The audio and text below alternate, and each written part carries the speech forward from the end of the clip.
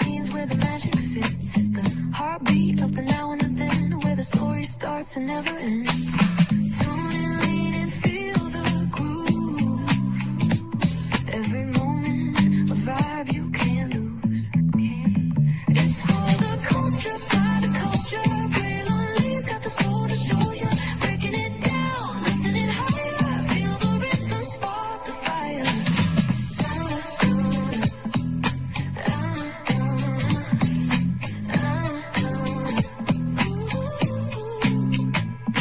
Hear the whispers in the city's hum, echoes of stories where we're from. A beat, a step, a voice so clear, the pulse of us, it's all right here. We got soul, we got flavor. Every moment is a savior. Every experience is an overcomer.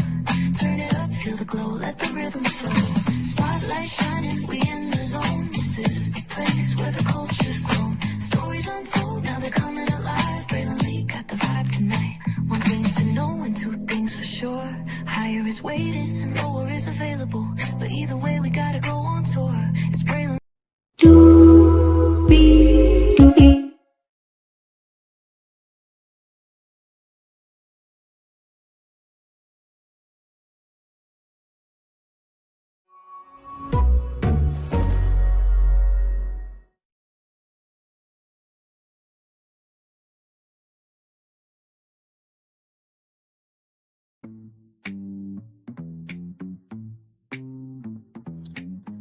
Well, hello to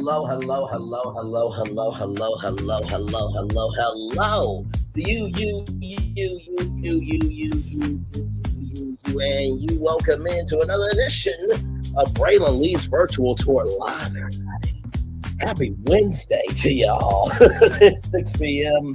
6:05 now on the dot there. So we have 1, 2, 3, 4, 5, 6, 7, 8 destinations for you all this evening. So as you guys know, Mama Tina, her gumbo stand got shut down. Well, there are some good reasons behind it, and I need Beyonce to come down front because I got some questions. Shout out to 5 people that were here, 4 people here now. Thank you so much. Mero responded to PDF academics. My God, ooh, Lordy, and people have a lot to say. We'll talk about that. Then, of course, hair is evolving. And shout out to Cardi B with Grow Good or Good Grow.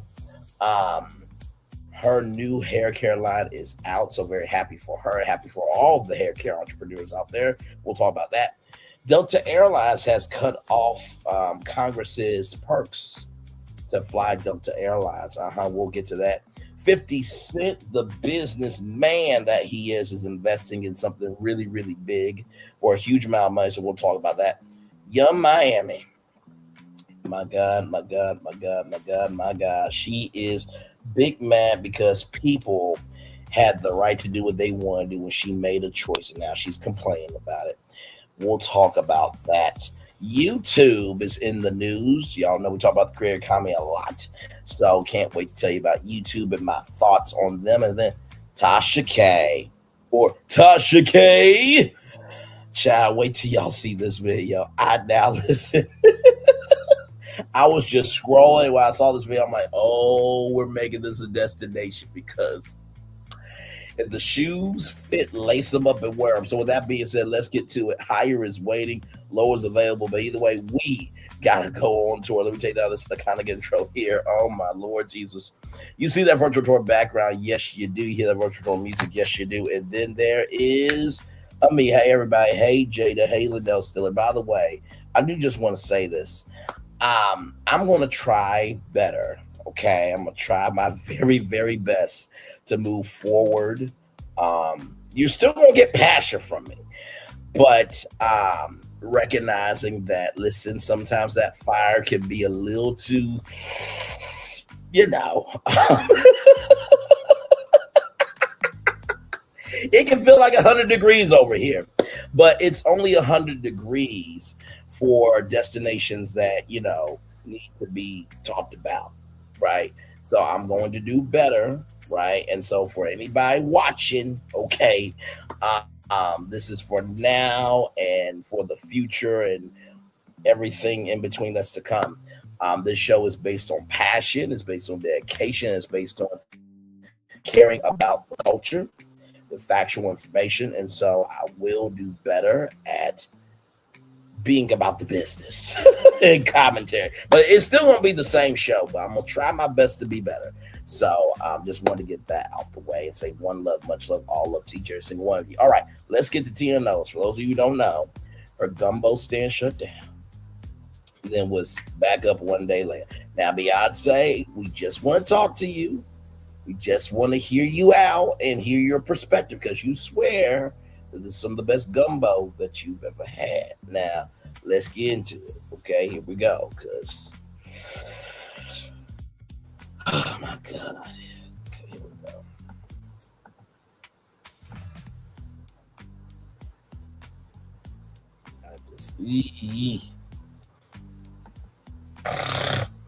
Give me a moment, y'all, as I get the do my screen share going. All right.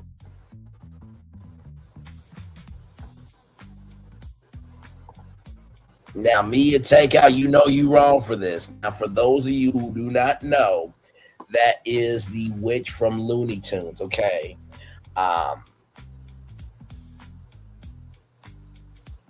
are y'all doing this?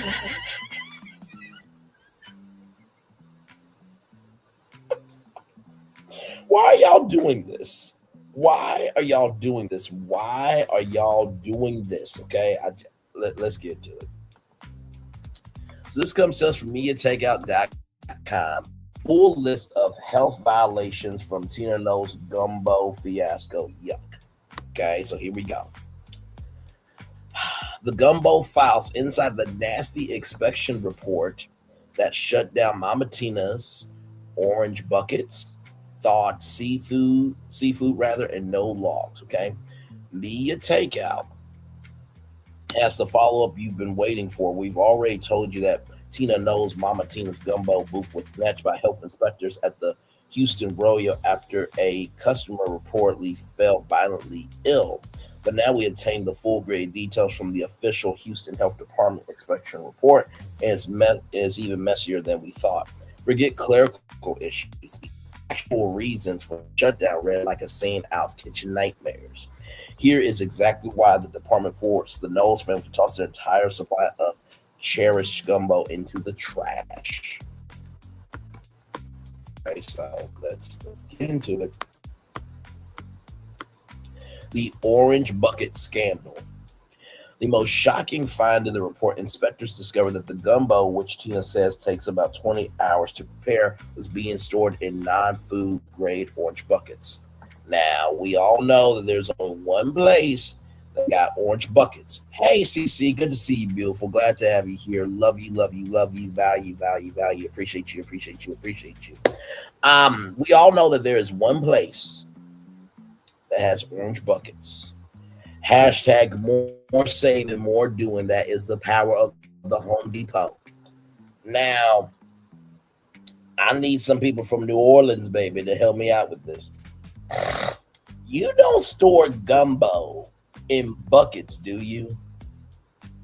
You usually store gumbo in like iron pots. That's what I'm saying. You usually store gumbo in iron pots, or the casket iron skillets. Y'all remember the big pots that would be blue with white dots on them? Y'all know the ones I'm talking about, right? So you would cook that overnight, this, that, and the third, and then you would just put that pot in the fridge or what have you, in a place where it would make sense to put away gumbo. Am I right on that, or am I off? Y'all let me know. Cause that would be like putting fried chicken in an orange bucket and sealing it. So that way you can just dump it all into a fryer. Right? There's just some things you just don't do. Now, listen, I ain't cooking like Mama Tina, but I do have sense. Okay, let's keep going. While these look like the 5-gallon buckets you purchase at a hardware store, you know what? Why couldn't y'all? Why couldn't y'all just say Home Depot? Why did you not just say Home Depot? Why couldn't you just say that? They are a massive health violation because the chemicals from the plastic can leach directly into the hot food. Food being stored inside non-food grade containers that may contaminate food, the inspector wrote in the report obtained by Media Takeout. The unlicensed secret facility. Turns out the gumbo wasn't even being made at the rodeo. The investigation revealed a complicated, unapproved, rather supply chain. Oh my lord! Now, Beehive, let me come on the big screen. Beehive, do not at me for this. Everybody is talking about this, okay? I don't need the Beehive to come after me. Listen, okay?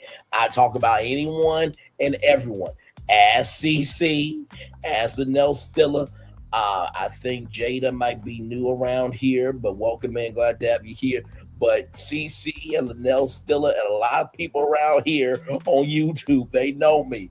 I give a lot of love, grace, and grace. Some people I don't give that to because they have put themselves in circumstances that has made them worthy of not deserving it. But this is a public story, okay? So listen, because they don't play about their queen bee. But also too, like it just is what it is, y'all. So let's keep going. So number one, the gumbo was prepared at an off-site location, right? Then it was moved to a freezer at an unlicensed facility without any temperature logs. Finally, was transported back to the rodeo to be thawed and served.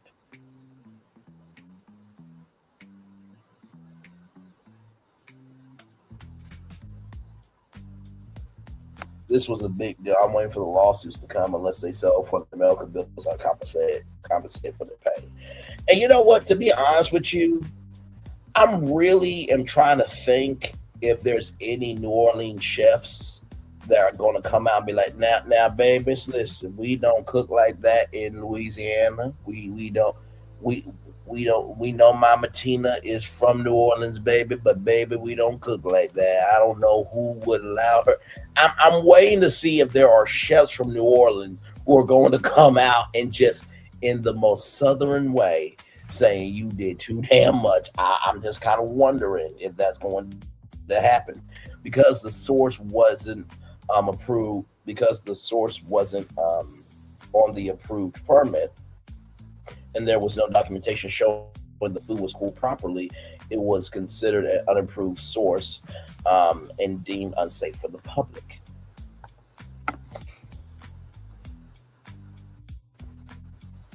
Thawed seafood and missing labels. Okay. If orange, I'm sure they will.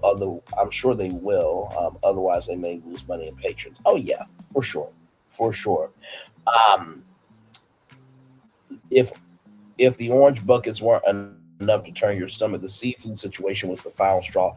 Inspector saw observed bags of shrimp and crab that were sitting out that were clearly labeled "keep frozen," since the staff had no date marking for the food and no logs to prove how long the seafood had been sitting in its thawed state. The health department ordered every single bag to be destroyed.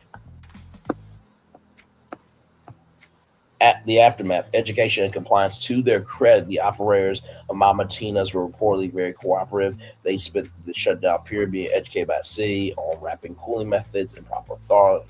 By Tuesday, March 17th, out the refrigerator trailer for a freezer trailer, commit to making the gumbo on-site daily so there's no more transporting from mystery locations, and agreed to never co-mingle Oprah with French batches.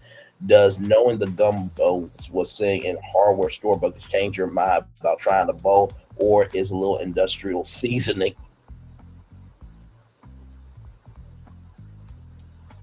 I hate y'all, me and take y'all. I hate y'all. I hate y'all. Or is a little industrial seasoning worth it for the taste of the Knowles family recipe?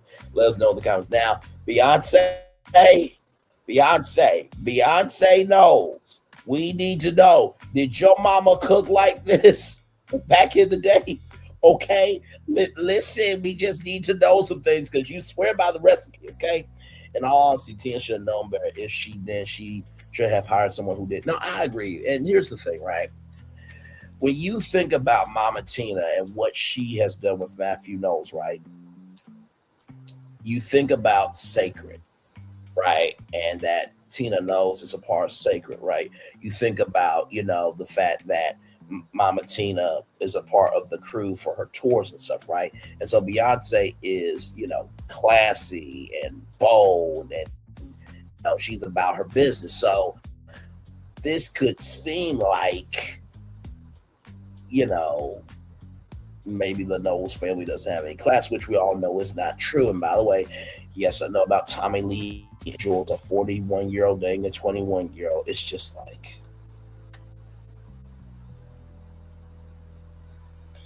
on one hand, it's like, what in the world is wrong with you? I don't get why you would have to date a 21-year-old.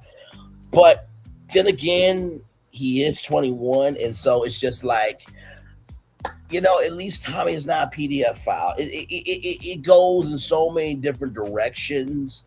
Like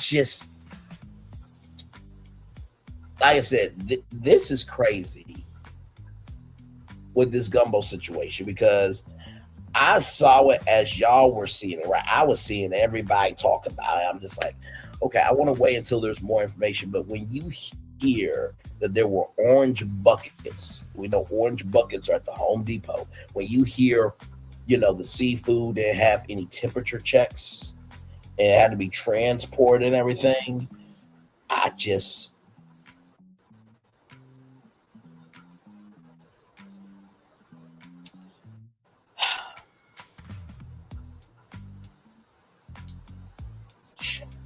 Okay, let's roll on. I do have one more article for y'all. Here we go. Shout out to rollingout.com, celebrating 25 years on to the next 25. So Tina Knowles gumbo truck shut after customer vomits blood. Okay. So health inspectors find serious mishandling of seafood at Mama Tina's Gumbo after a customer reported vomiting blood following a visit to the Houston rodeo pop-up. A food safety investigation has shed light on why Tina Knowles Gumbo pop-up was shut down at the Houston Livestock Show and Rodeo last week, according to the health department records obtained by Houston's KPRC2 News. The closure of Mama Tina's Gumbo March 16th followed a customer complaint that included vomiting blood after eating the establishment's signature dish. Ooh, Lord. With a customer report, the complaint that triggered the investigation described a severe reaction after consuming gumbo from a pop-up. In addition to vomiting blood, the customer report experiencing chills, nausea, and fever. The severity of those symptoms prompted the Houston Health Department to investigate the operation's food handling practices, and what inspectors found raised immediate concerns. So this is Bun B from Thrill Burger. So it says, my wonderful friend Bun B came by and got a bowl of my Tina's Gumbo. Yum. And of course, I'm making my way over there tomorrow to get a Thrill Burger. Whenever I'm visiting Houston, I'll stop by and get one. It's the best burger. Heart emoji, flower emoji. So,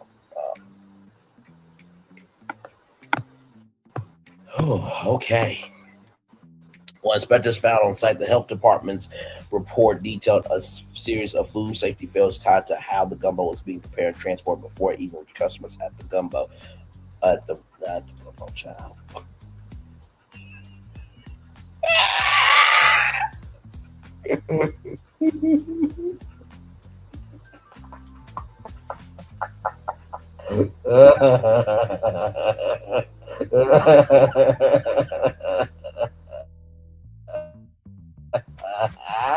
Okay. We're live on tour. Welcome in. Glad to have you here.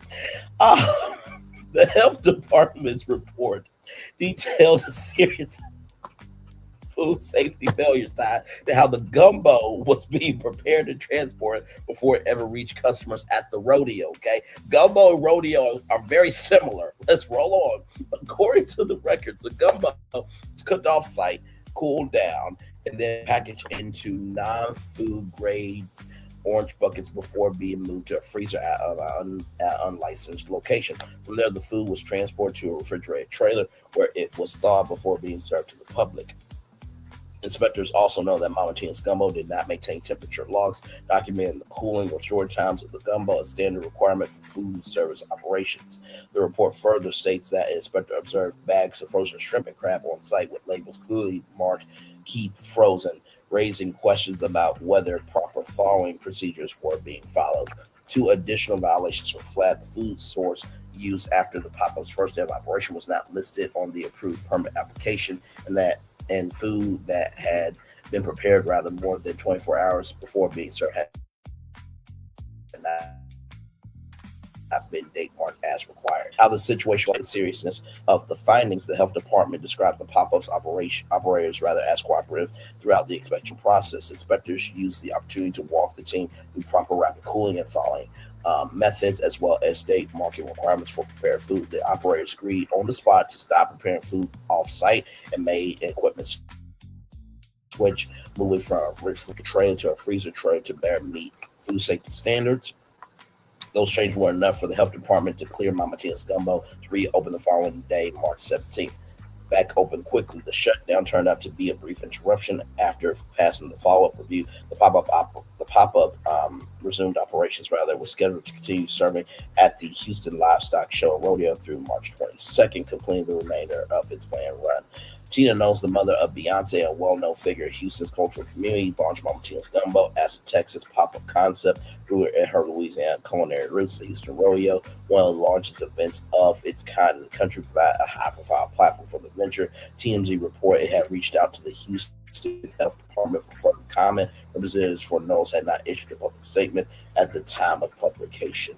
Story credit TMZ. Well, I am glad that child, there's so many ways to go with this. There's so many ways to go with this. If I want to go into a takeout restaurant for seafood, I want to see the reasons that started. No, absolutely. That's going to be the one who starts the lawsuit for. Oh, I agree. That person who threw up blood is definitely going to kick it off. I will say this. Shout out to the operators for being open to learning. Like we can give it up for that. Now, listen, if we're going to drag, we got to elevate. Okay, so shout out to them for learning something new. Shout out to them that they made the changes. Hopefully, that person, okay, will be taken care of by Mama Tina. I'm sure Beyonce does not want that energy, right? So I'm sure Beyonce's going to take care of that personally, and it just goes to show that maybe we should listen to the experts that have been doing it for years upon years. But I will say this though, that Black CEO from Red Lobster will not be calling Mama Tina for a collaboration on the gumbo. And I'm sure Popeyes has looked at this and be like, nope, we can't collaborate. Nope, sorry. I know we gave her daughter a lifetime pass to Popeyes, but no, there will be no Mama Tina's gumbo at Popeyes. No.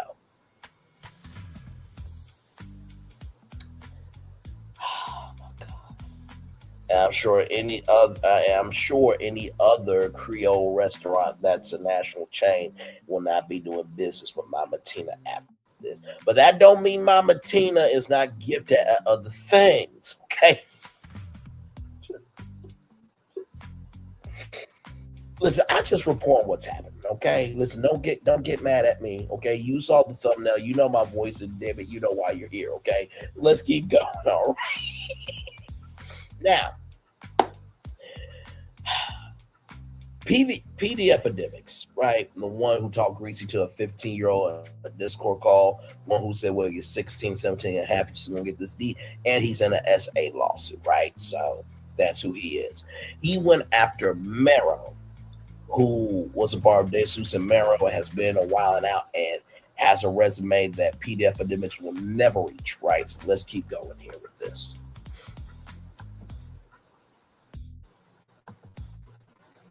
So here we go.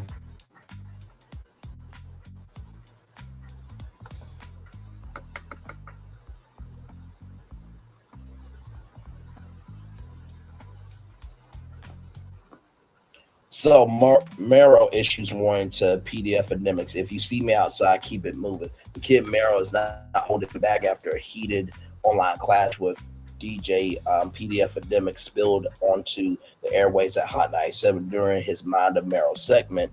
The Hot 97 radio host addressed the feud directly. I'm going to say this one time and one time only, Mero said. I don't claim you. You depend on me.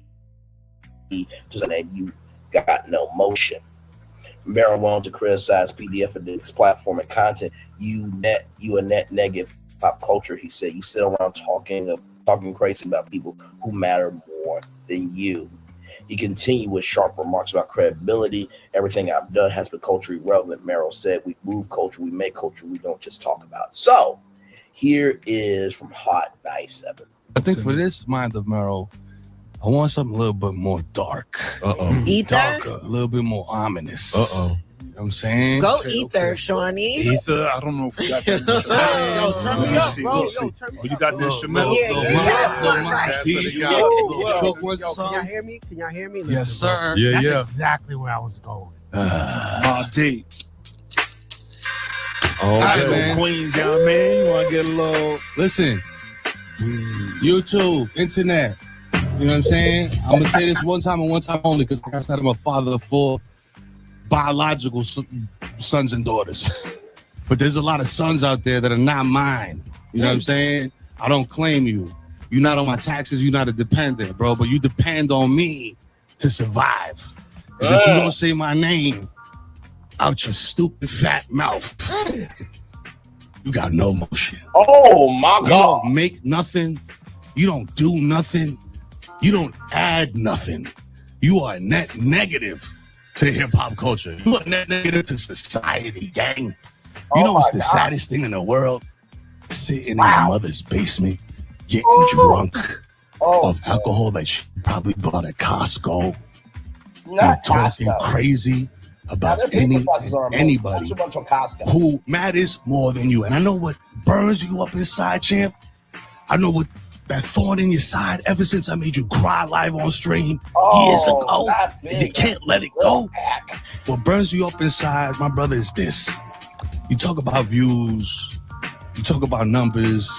You talk about all this other type of stuff, data stuff that you analytical bozo nerds love to just throw up in the air whenever people say, that's whack. That's not culturally relevant. Guess what, fam? Everything I've ever done in my entire career has been culturally relevant. You understand what I'm saying? I'm up here Hot 97 because you know what we do up here? We move culture. We make culture up here. We make culture. We don't just talk about it. All right, fam? And that's what you do. You a gossiper. You know what I'm saying? You a page 6 in the flesh. You a diabetic page out of the New York Post. You fat hamster. And then people want to get on that social media and ask me, yo, but is he lying? Yes, he is. Because let me tell you one thing, champ. You wish you could be me. That's what burns you up inside. You wish you could be us.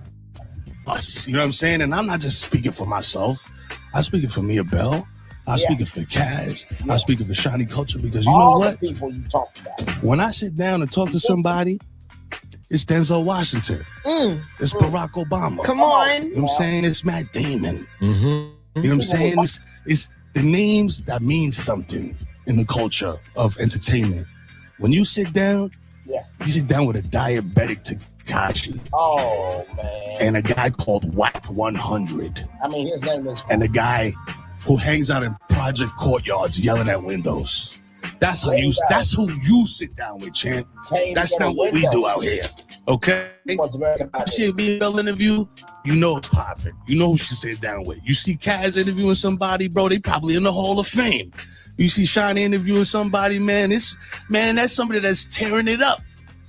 Worldwide. You understand what I'm saying? You see Kaz One, he's in Tokyo. You know the neighborhood. He's in Tokyo. You in your basement in Long Island. Maybe. Or maybe in Jersey because nobody knows where you are. We need drones. Mossad can't find you. You know what I'm saying? And you don't want no smoke with nobody, especially me, fam. Because let me tell you something right now. If it wasn't for them strip club bouncers that that form a force field around you, don't disrespect you Magic. be See, fooled. let me touch You a the 20-piece chicken nugget with sweet and sour sauce. All Too bad right? on that Let me stage. tell you something. The last thing I'll say Throw about it you out, sir. Throw it is out, that sir. Throw that thing out, sir. you a one-trick pony. Be a super soaker. You know how to do one thing, and that's exploit You work the post, don't poverty, work you. misery, and violence for your own monetary gain. Oh, he said And one not trick all pony. money is Oh. good money, but I'm good, daddy. You know what I'm saying? Shout out to my good koi fish. Shout out to Crunchy Black. You know what I'm saying? Shout out to Derek. You know, you feel me? Shout out to Aaron Judge and everybody else in the pond. Man, Okay. you done put the chat up today, All Mero. right. So listen, Yeah. y'all can clip this, do this, whatever. Y'all, ain't no way you can manipulate this video, gang. How can he Hey, Jay's giving me to wrap it up, so I'm gonna wrap it up on this. Children. My man. If you see me outside, put your head down and look at your shoelaces, all right? Mind the Mero. Hot 97, baby. Mornings with Mero. We not playing out here. You heard? Call us up. Call us up. Let me know how you feel. And up next, switch gears a little bit. You know what I'm saying? Because like I said, I'm a dad. So I go from giving you that pow pow to giving you that hoo hoo. You know what I mean? And we got some tickets on deck for you, all right? So keep it locked right there, baby. We got Hip Hop Jumpity coming up next. Let's go. Now that's how you respond. Braylon, get back on camera. We gotta show it. Okay. All right. That man, listen. And you are actually very good. Well, listen, I say what needs to be said, and so do I. Well, I mean, you are the GOAT. Well, thank you very much. I appreciate that. I appreciate that very much. Child, listen. I feel like Mero had every right to say what was on his mind. You cannot keep going after people and expect for you not to get a response. And Hot 97 allowed him to do it because Hot 97 can't even stand you. And Poetic Flacco said, I would have fired Rosenberg if y'all had the chance to get academics or PDF academics, right? Let me put some respect on his name. PDF academics on Hot 97. Do y'all think that Hot 97 would have allowed a dude like him who talked greasy to a 15-year-old to be a radio show host on their airwaves? No. Give me one moment, because there's a person that we haven't seen in a while. Give me one moment. Yeah, I'll be right back. Give me one moment.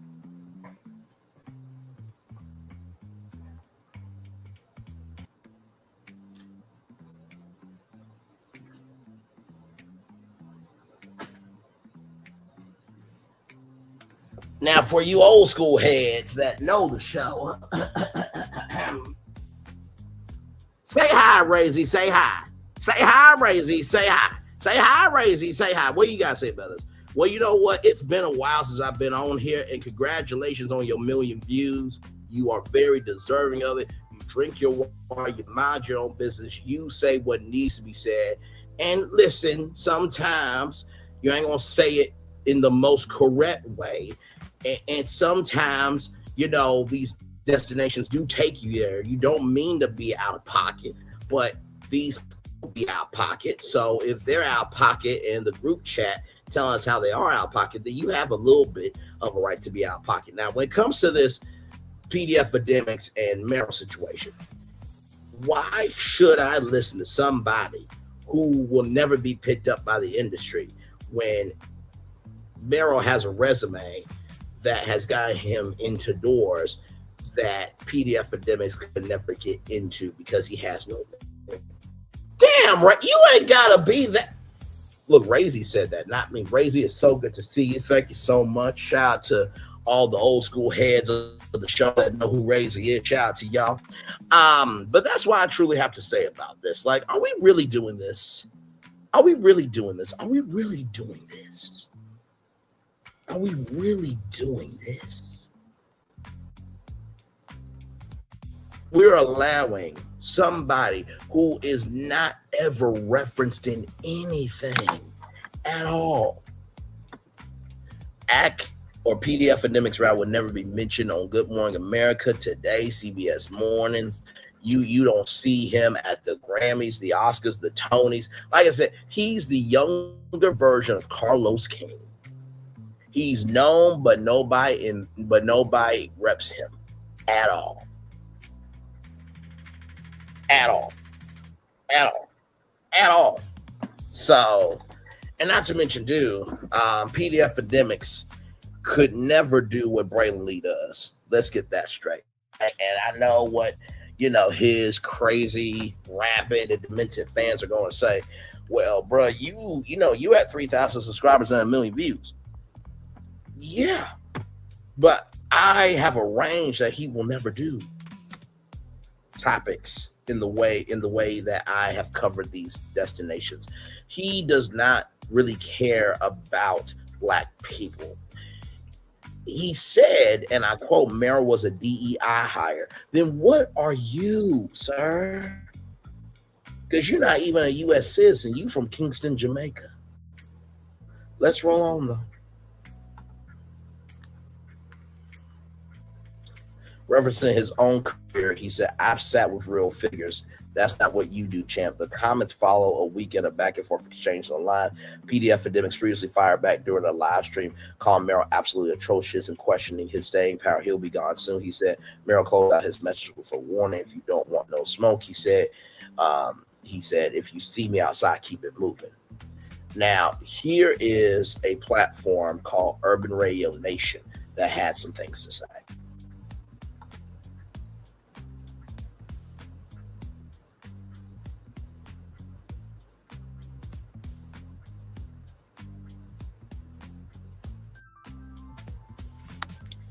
We're absolutely tired of hearing PDF Academics' clueless thoughts on radio. Okay, that's what they're saying. All right, let's get into it here. Here we go. DJ PDF Academics has no business speaking on things he clearly doesn't understand, mainly radio and music.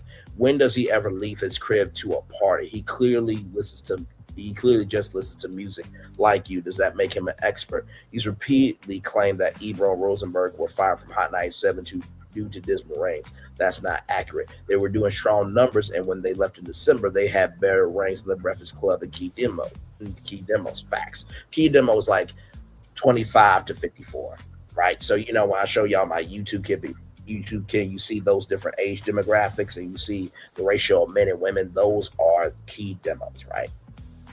So his angle seems obvious. Attack Ebro and Rosenberg in the digital streaming space on Twitch because it's where he found success. That's the platform where he does number, largely with the lonely dudes who sit on the internet and play video games all day.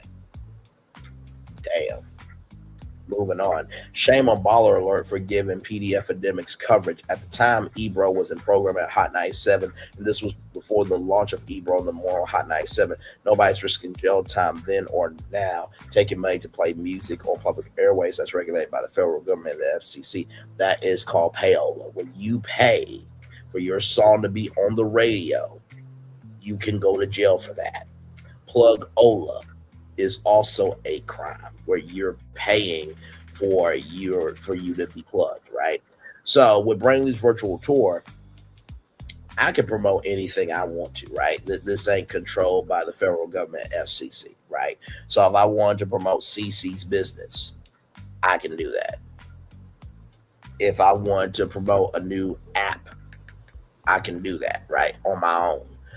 But if Brainley's virtual tour was a radio show and somebody wanted me to play music, then they would have to talk to the music, they would have to talk to the music director, get into the system, and then go from there.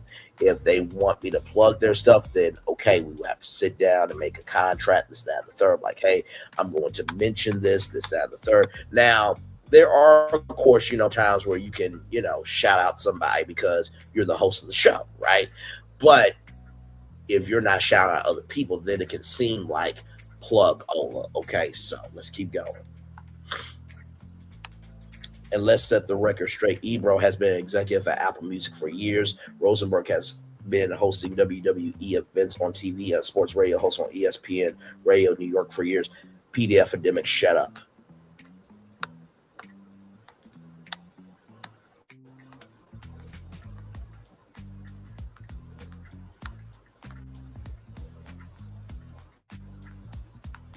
So that is what they had to say here. Now, this was the thing that I was wondering, right, on this thing. Because y'all remember that PDF Academics worked at Complex, right, on Everyday Struggle. And I wanted to know what Complex had to say. Give me a moment.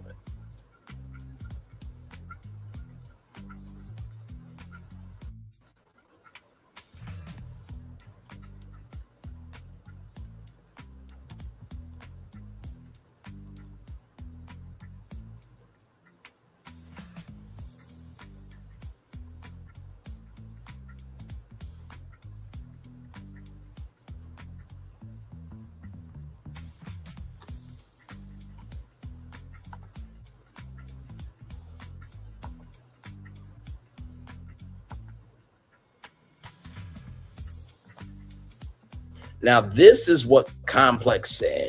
The kid Mero rips PD Epidemics live on Hot 97. You don't want no smoke with nobody, especially me. Your former place of employment said that you got ripped, bro.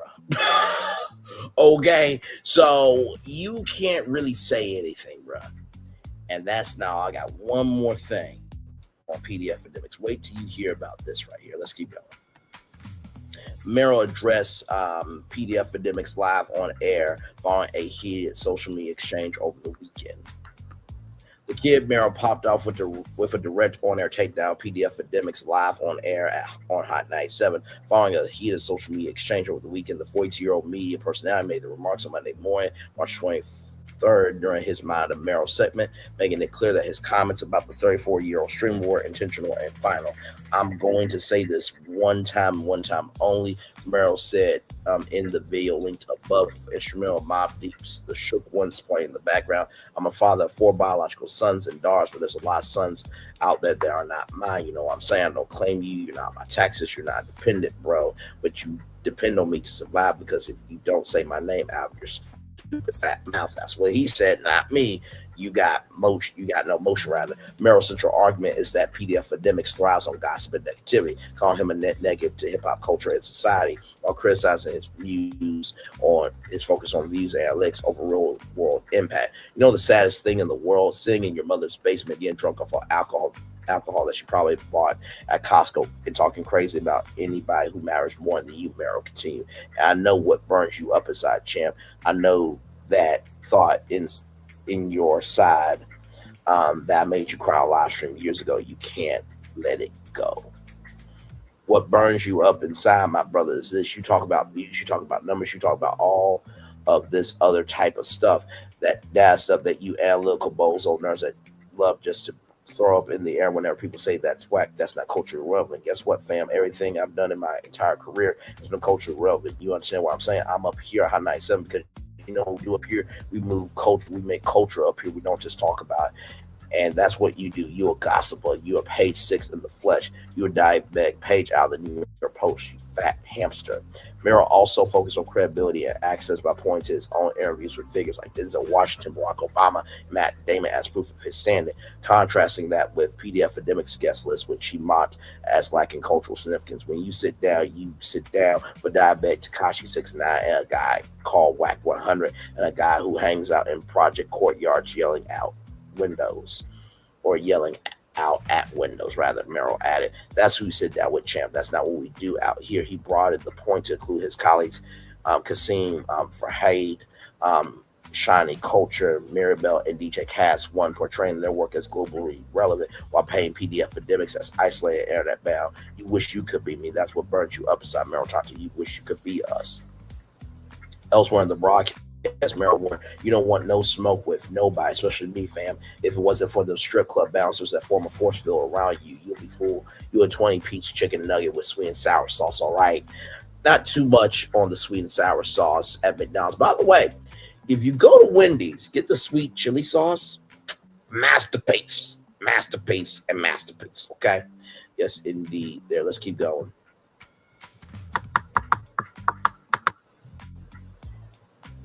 Last thing I'll say about you is that you're a one-trick pony. You know how to do one thing, that's exploit poverty, misery, and violence for your own monetary gain. Not all money is good money, but I'm good daddy. Mero concluded, y'all can clip this y'all can clip this, do this, whatever. Ain't no way you can manipulate this video, gang. And producer Jay is giving me the wrap up, so I'm gonna wrap up with this. My man advice: if you see me outside, put your head down, look at your shoelaces. All right.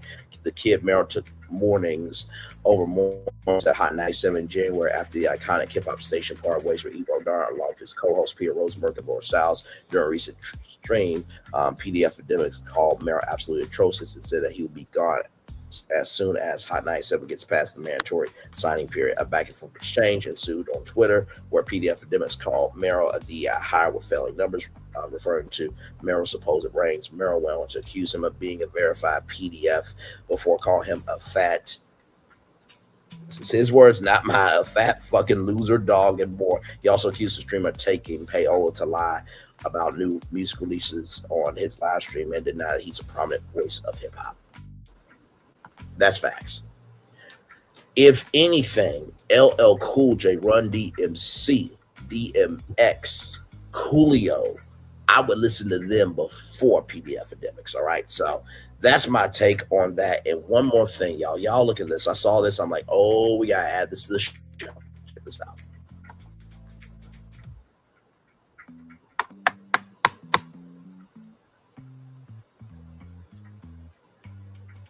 So Ari Fletcher appears to threaten lawsuit against PDF Academics. I'm coming. The influencer and reality television personality warned PDF Academics to keep his streaming money tucked.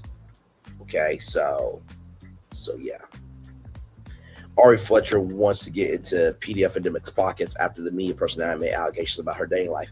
In a recent live stream, PDF alleged that the influencer and reality television star has slept with half of Atlanta and said that everybody fucks Ari.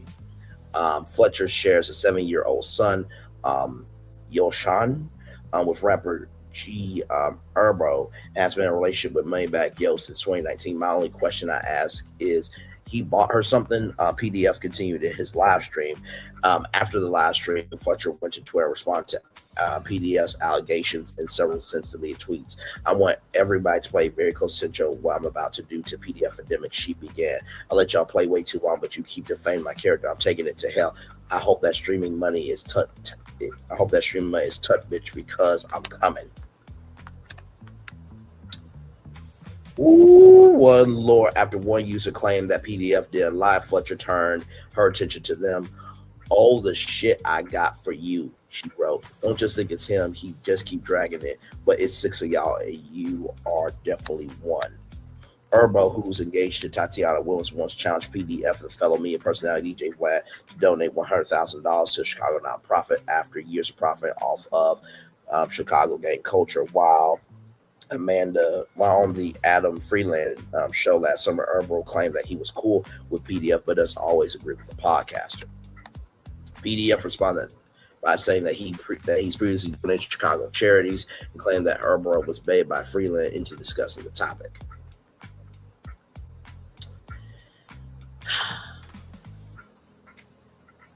Child, listen.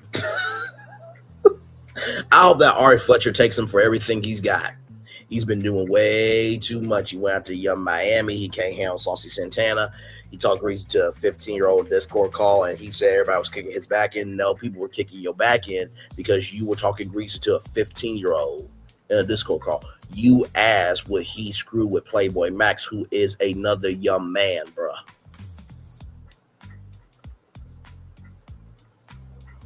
You going to get your behind caught up. And I promise you, everybody is waiting for the fall of PDF Academics. I promise you that. Let's roll on, y'all, because we do have more Brainley's Virtual Tour Live coming up right from the space right here and right now. So check this out. JohnRollOut.com, celebrating 25 years on to the next 25 inside the wig extension economy and modern beauty. The wig extension economy became a billion-dollar industry.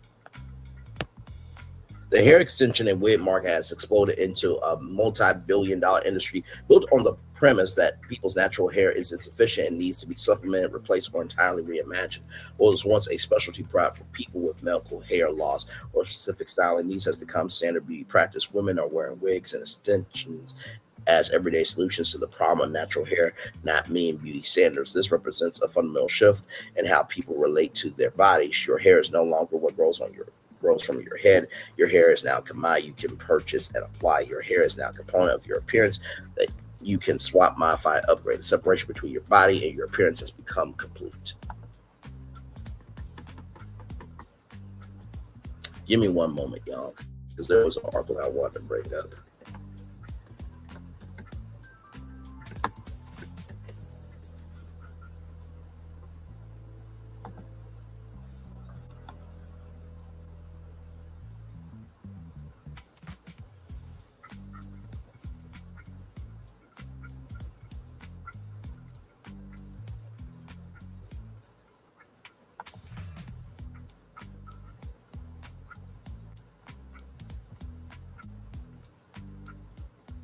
Yeah, Grow Good. By the way, shout out to Grow Good Beauty from Cardi B. That's what I meant to say, y'all. Listen, it's been a long day. I had like 7 pallets at my job today, so please forgive me. But we'll get to that Black Enterprise article here in just a little bit. Back to this. The separation between your body and your appearance has become complete. There we go.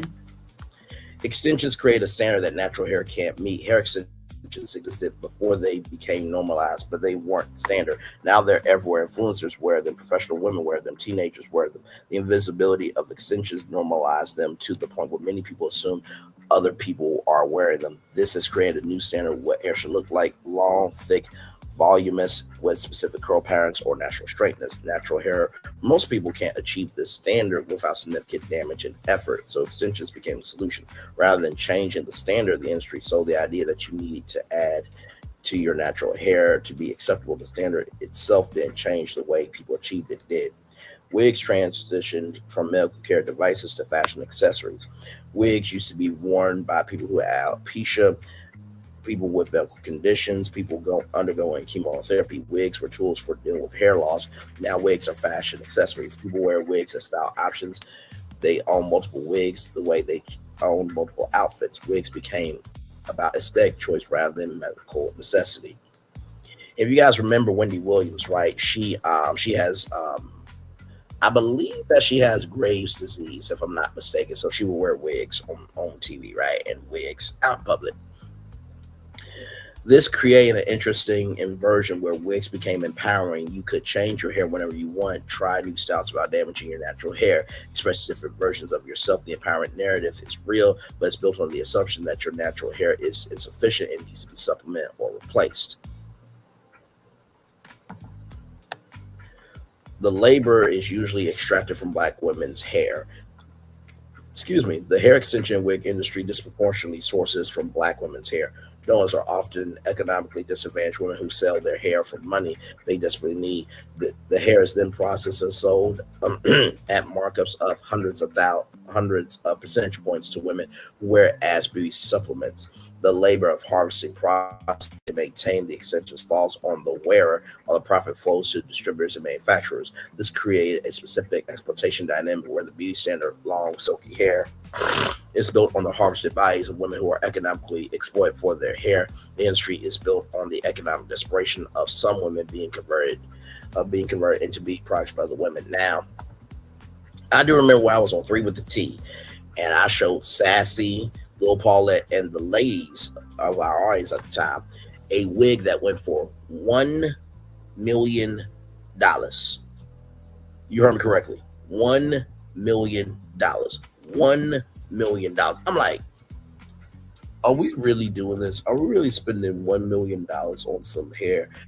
I have heard that extensions and what is it, goat hair and stuff like that, it could be up to like $400, $500. I'm like, there's nothing like a woman with some natural braids. There's nothing like a woman with a natural afro. There's nothing like a woman with natural curls, right? And I know that Chris Rock did a documentary called Good Hair, right? And I think with our society today, I've always said the society has not followed their own rules. Why should we? It's the same thing with hair. Your hair is your hair. Like, all I had growing up was braids, an afro, and this. That's it. Those are the only hairstyles I've ever had. But I see people with mohawks. I see people with low tip fades, all types of stuff. So I do believe that hair is a form of expression, but also too, we should not have to change everything in order to be accepted. So the maintenance becomes its own industry. Once you wear extensions, the maintenance becomes extensive: professional installation, regular touch-ups, specific shampoos, conditioning treatments, protective styling. The extensions themselves create a parallel industry of maintenance services.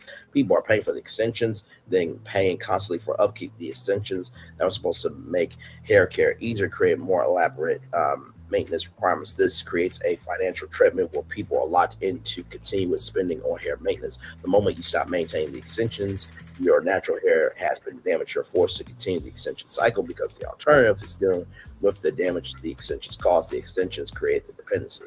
Natural hair becomes invisible in the standard. As extensions became normalized, natural hair became increasingly invisible. People don't see natural hair as an acceptable endpoint. They see it as something to be supplemented. The standard now includes wigs and extensions.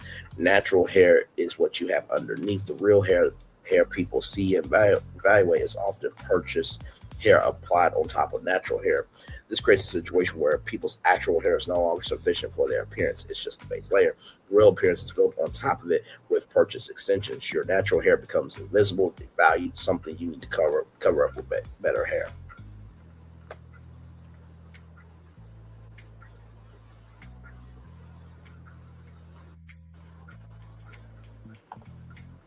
The industry relies on body dissatisfaction. The wig extension industry profits from people being dissatisfied with their natural hair. If people accepted their natural hair, the industry would collapse. So the industry invests in creating the standard that natural hair can't meet. It promotes the idea that extensions are normal, that wearing wigs is fashionable, that your natural hair is insufficient. It creates this dissatisfaction it claims to solve. Recovery requires accepting that your natural hair is acceptable, that your hair as it grows from your head is fine, that you don't need to purchase hair to be attractive, that the standard promoting extensions and wigs is invented by an industry that profits from your dissatisfaction, that opting out of the extension economy is actually an act of resistance against the systems that profit from your body dissatisfaction. Wow. Like I said, I found this very interesting. I wanted to bring it to y'all attention because I do believe that natural has been rising up more and more and more and more. I mean, you think about that from bedding and natural beds that aren't, manufactured in factories. You think about that from, dairy and gluten-free and, I'm trying to think, gluten-free. And then for babies, there's like talc free or something like that. So you think about how the natural industry has evolved. And when I saw this, I was just like, this is very interesting. Because to me, I've never really felt like a woman is defined by her hair. She's defined by her totality. And I think the more that we can recognize people's totality instead of one thing about them, the more that we can all enjoy each other. So just thought this was very interesting. So I want to also bring this to your attention as well.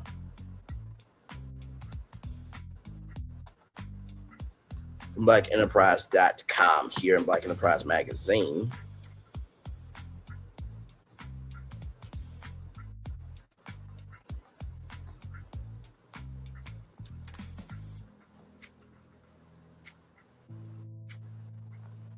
The future of wigs begins with a black woman and robotics. The robotics system allows for unprecedented customization, enabling the creation of bespoke scalp-like bases. Astea Abusalam, the founder of luxury hair brand The Natural, is integrating advanced robotics into the production of wigs. Apasulium has developed a proprietary robotic system that will disrupt the $60 billion global hair industry. Her robotic system is designed to automate ventilation, the traditionally labor-intensive process of hand tying individual hair strands into a lace wig cap. The consistent speed technology has the potential to decrease wig construction times and cost. Production on human hair units is lengthy. A standard unit can take upwards of 40 hours. So you mean a whole work week takes up that much time to make one wig? Good Lord Jesus, that is just mind-boggling. A Muslim creation will hopefully be down to just a few minutes, addressing a major scalability bottleneck that has existed for centuries. The core of a Muslim's innovation lies in a robotic arm program to replicate the intricate micro 9 movements of human crafters, yet the machine will possess a higher degree of precision and speed incorporated by transitioning from manual labor to automatic wig-bot technology. The Renatural seeks to eliminate the human rights concerns and middleman complexities often associated with the global hair supply chain. The robotic also allows for unprecedented customization, enabling the creation of bespoke scalp-like bases that can be programmed to match a wearer's exact skin tone, hair density, and natural hairline.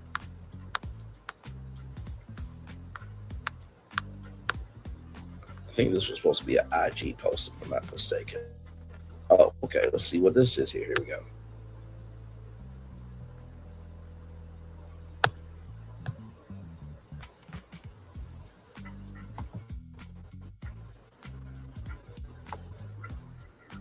Okay, there we go.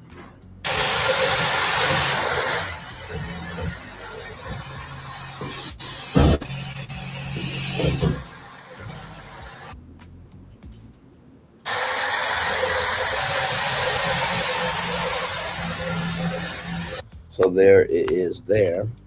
Beyond manufacturing, a Muslim's vision for the company is rooted in hair health. The Renatural had gained acclaim for the Wig Fix, a patented silicone headband designed to secure wigs without the use of toxic glues or clips, which are leading causes of traction alopecia. By combining these health-conscious accessories with high-tech manufacturing, a Muslim is positioned the Renatural as deep tech company rather than a traditional beauty brand. This shift has attracted significant interest from venture capitalists looking to invest in the beauty tech sector, a solution to long-standing ethical and efficiency issues in the hair market. Abasalam's artistic vision is garnering support from all sectors. Determined to expand, she won $65,000 in a Harvard Business School pitch competition. Additionally, she received a $100,000 investment from Black Ambition by Pharrell Williams. In 2025, the Renatural raised $4.2 million in seed funding. Well, congratulations. That's amazing. And not to mention, too, I know that for most of us, when it comes to AI and technology, we are so against it.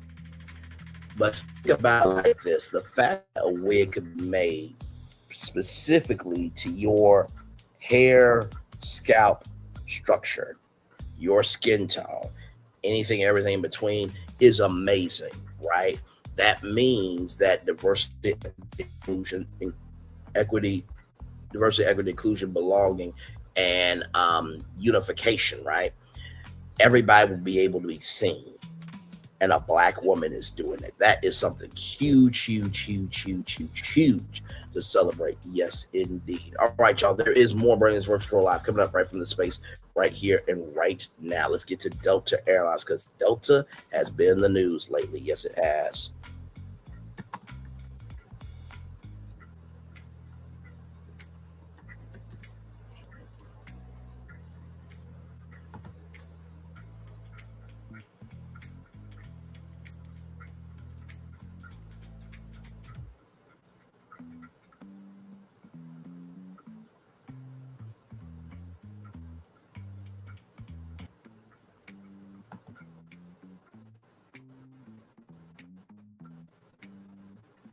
All right, so here we go. This is absolutely huge. When I saw this, I'm like, oh, Delta's not playing.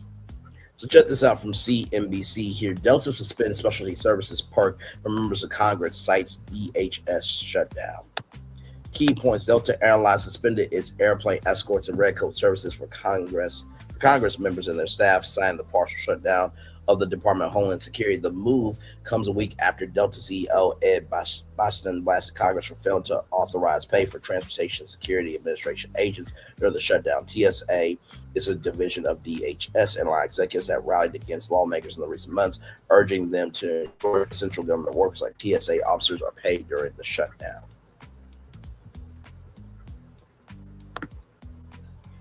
Are paid during shutdowns, rather. No sky perks for you. You lose, you get nothing. Good day, sir. Shout out to Gene Wilder, who played Willy Wonka. Yes, indeed. Delta Airlines suspended its airport escorts and red coat services for members of Congress and their staff because of the ongoing partial shutdown of the Department of Homeland Security. The carrier said on Tuesday. The move comes a week after Delta CEO Ed Bastian blasted Congress during an interview with CNBC Swap Box for failing to authorize pay for Transportation Security Administration agents during the shutdown of the agency that includes TSA due to the impact on resources of the long-standing government shutdown. Delta would temporarily suspend specialty services to members of Congress flying Delta. Delta said safety.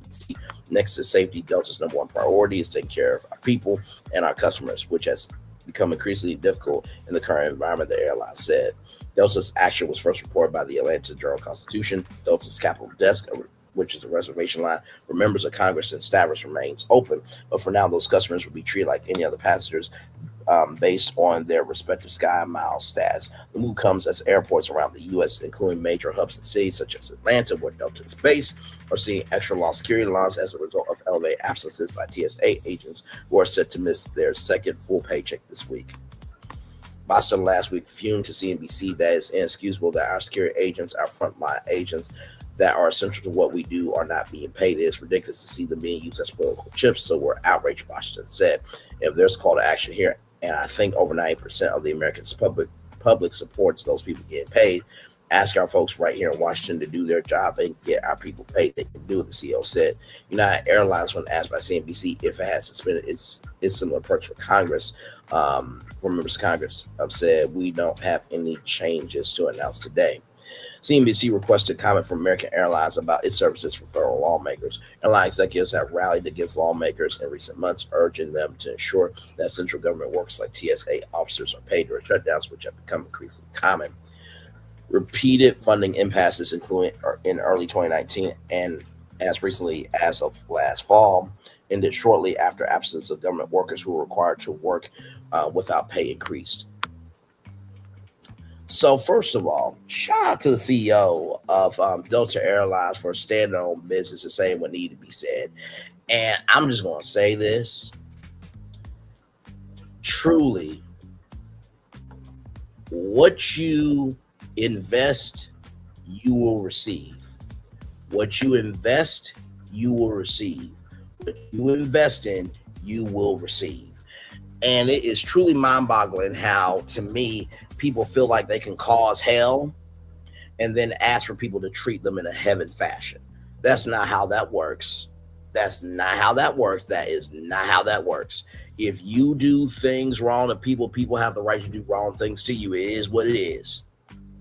If you leave people alone, you treat people with respect, and you do the work, if you're that good, your work will speak for itself, then there it is. Shout out to Delta for doing the right thing. All the other airlines should cut off services until TSA workers get paid. I will go back to November 4th. If everybody would have done what they were supposed to do, we wouldn't be in this hole. But hey, people had to look around and find out. Now, speaking of finding out about things that are happening in the neighborhood, 50 Cent, man, always do something big here. So let's talk about everybody. Here we go. Okay, I'll have to talk about that some other time. Here it is here. From TMZ Hip Hop, 50 Cent inks massive $100 million deal for Times Square takeover. This is exclusive from TMZ Hip Hop. Here we go. 50 Cent is turning Times Square into his own personal playground because TMZ has learned he just inked a $100 million deal to build a celebrity-packed mega venue. Fans can party, catch surprise performances, and rub elbows with A-listers all in one night. You know, this is sounding like the rebirth of Studio 54. Now, Studio 54 is now a theater, right? But this is what it sounded like.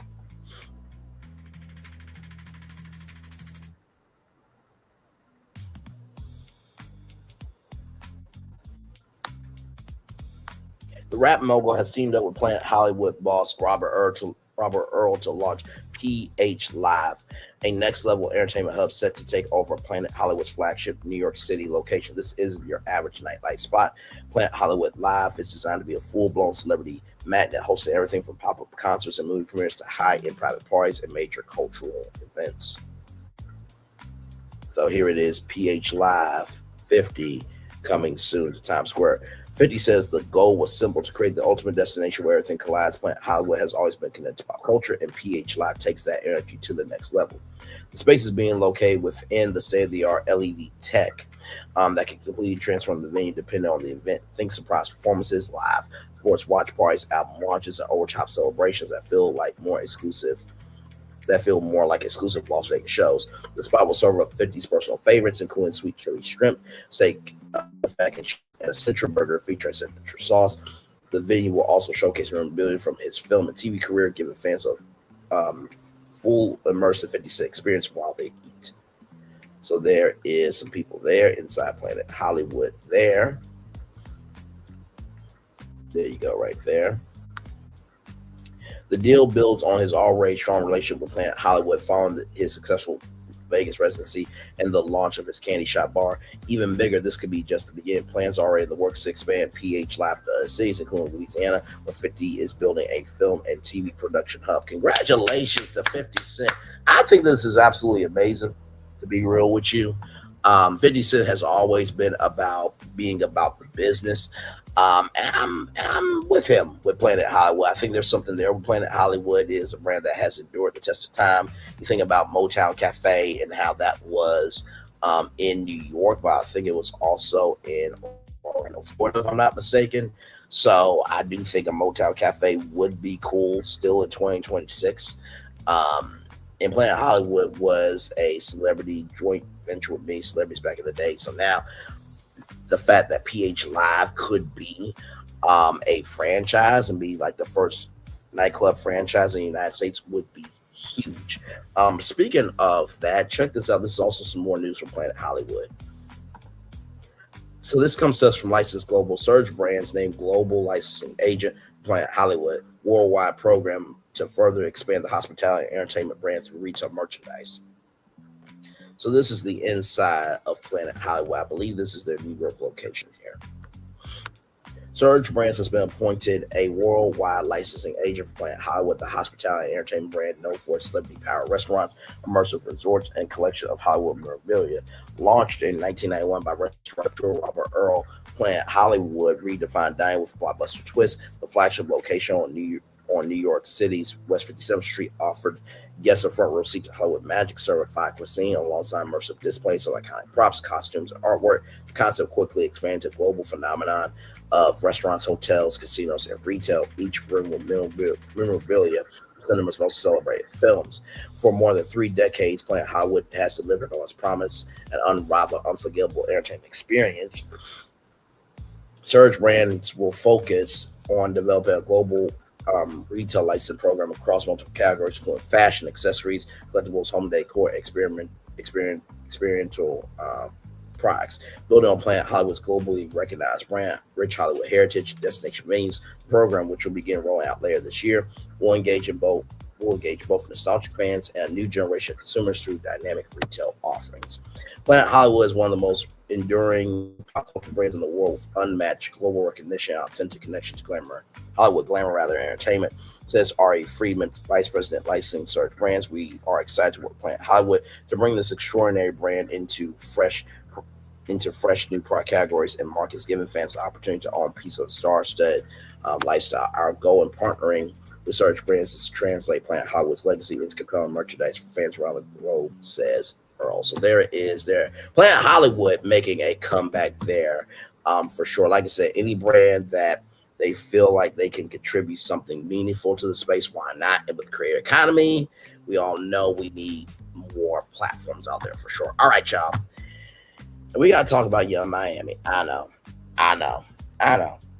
She serves no purpose to herself, to anybody else, let alone the world. I know, but she is a mother, so we got to recognize that. But then again, let's get into this, because if y'all hear this, I'm gonna be like, really, Bray? Are you serious? Let's get to it. So Young Miami, being close today cost me money. Young Miami says her association with Diddy affected her pocketbook, claiming she lost money and more because of her relationship with the mogul. The rapper sat down for an interview with Charlamagne the Guy on the Breakfast Club Tuesday, and he asked her if being... Excuse me, give me a moment, y'all. Give me one moment. Sorry there.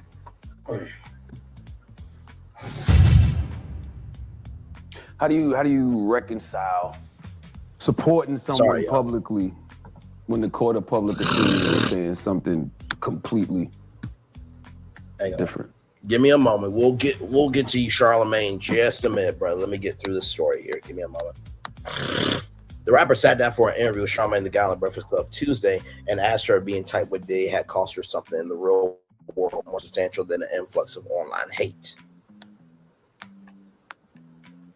Young Miami said it cost her views, money, relationships with people in her life, all of which has been very hard on her. She also talked about why she stuck with Diddy despite all the controversy surrounding him. She explains it's because Diddy has always been good to her and completely changed her life. She says she judges people based on personal knowledge, not based on public opinion. So there is Diddy there with Young Miami in concert. Of course, Diddy's persona non grata in Hollywood right now after he was arrested and hit with multiple charges, including sex trafficking. While he was acquitted on 3 out of the 5 charges, the jury found him guilty on 2 counts of transporting people across state lines, prostitution. He still is on the outs of many people online and the entertainment business as he serves his 50-month sentence. As for whether Young Miami feared being called to testify at his trial, watch the clip all the way through to hear her unequivocal response. Bottom line, Diddy is at everyone's favorite person right now. Young Miami says she's paying the price for her loyalty. Well, I mean, here's the thing, right? I mean, you can be loyal to who you want to be, but when you see that video of Cassie being mollywopped, it's just like, you know, Young Miami. Yes, I'm going to say Young Miami has kids, right? God forbid if her kids get mollywopped like that. I'm not wishing that on her kids, right? But we have to make it personal in order to understand the magnitude of how serious this is. He did that to somebody else's daughter. Diddy's own daughters walked out of the trial because of what they heard. If that doesn't tell you what you need to know, Young Miami, you deserved everything you got and then some. So let's listen to this clip from Charlamagne the God. How do you reconcile supporting someone publicly when the court of public opinion is saying something completely different? Because if I meet you today, or if my time that I experience with you is one way, I can only judge that person that way. So it's just like, I can't speak to nothing that I don't know of. I can only speak to the person that I met. And if I met this person that changed my life, that helped me grow, that treated me like a queen, that made me believe in myself, it's like, that's what I know. And I feel like people can have opinions, but I can only judge a person off of what I know and what I experienced. Like, I can't speak on nothing that I never was a part of, that I never knew. Like, I can only judge who I met. I can only judge who I was in a relationship with. Were you afraid that they might call you to testify? No. I never hid nothing. I don't have nothing to hide. It's kind of hard to say, you going through the I don't like, I gotta just you. It's hard. You know what I'm saying? Like, it's very hard because it's like, I don't want to kick somebody while they down. Did being tied to the Diddy situation impact your brand in any way? It did. Really? It did. Bad. Like, I'm not talking about social media shit. I'm talking about in real life. It did. Like what? It was a lot. Like, I lost deals, I lost money, I lost relationships, I lost a lot. And, you know, here I am. Wow. Well, I mean, just because you have the right to do something doesn't mean there's not consequences that's going to happen. Now, here's a longer clip from Unwild with Tasha K. Here we go.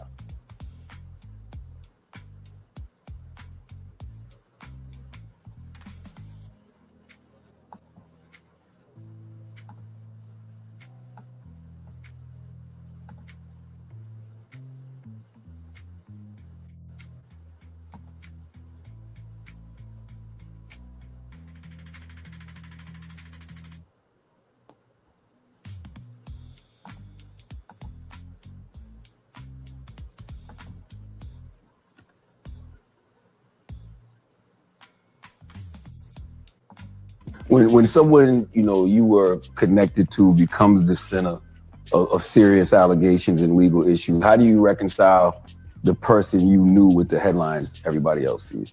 I think in life, you always get put in something or a situation where you gotta make a life decision. You gotta look back and say, like, what makes sense for me right now? Like, I can love this person, but I can love this person from a distance, or I can have a relationship with this person, but maybe I gotta come back to it. Like, maybe I gotta come back around.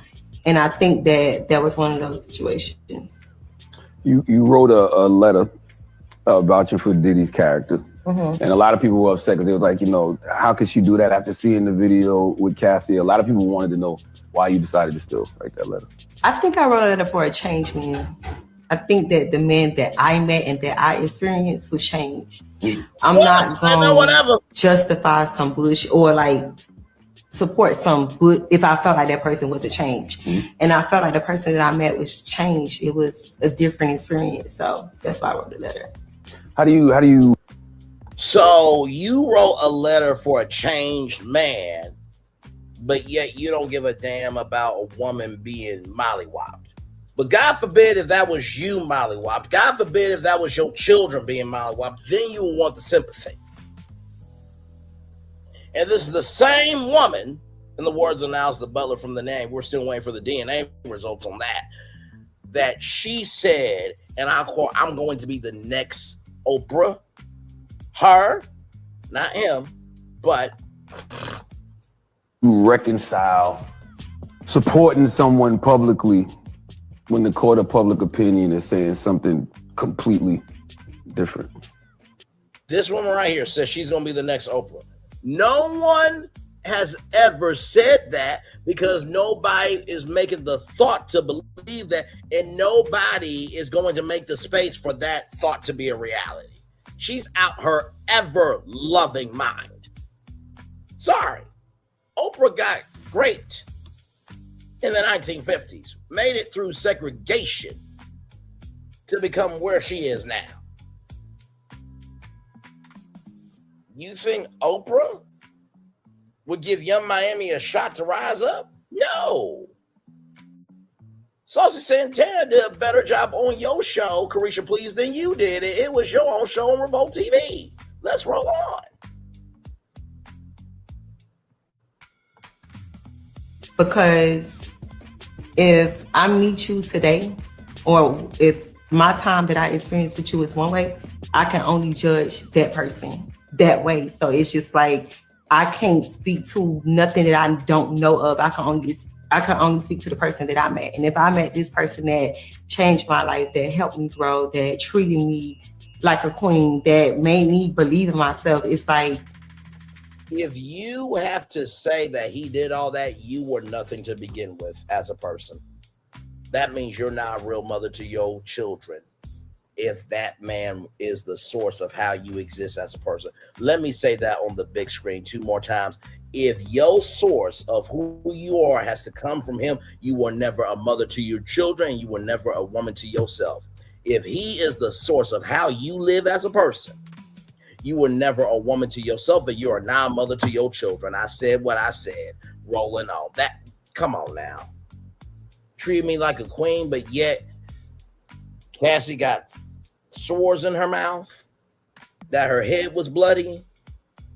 Like, you and that other Asian woman, y'all must not have had a lot of nutrients from your mother's placenta when y'all were in the womb.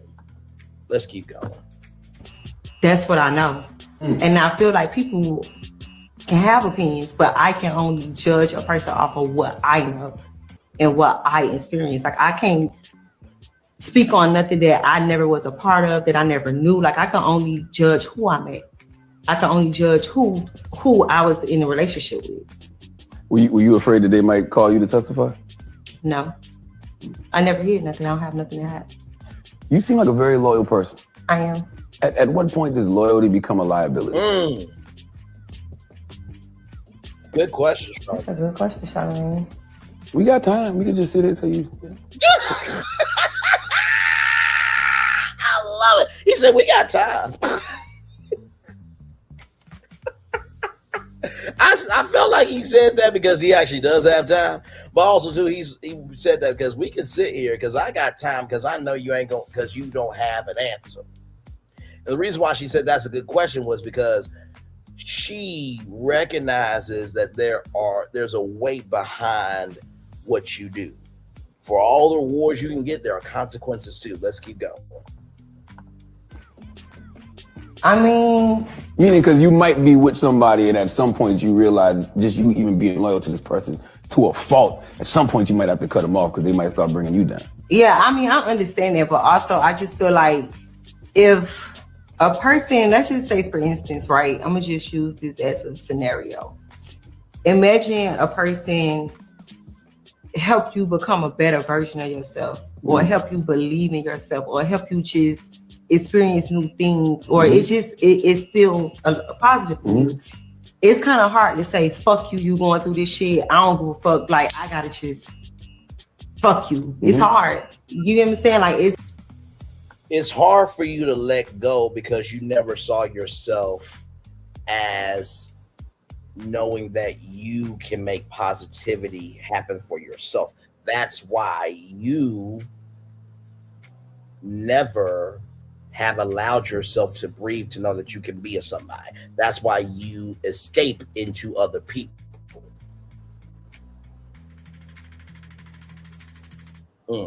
Because last time I heard JT is more known than Young Miami. Let's keep going. It's very hard because it's like I don't want to kick somebody while they down, and I don't want to just say fuck you, you going through that shit, you got to figure it out, because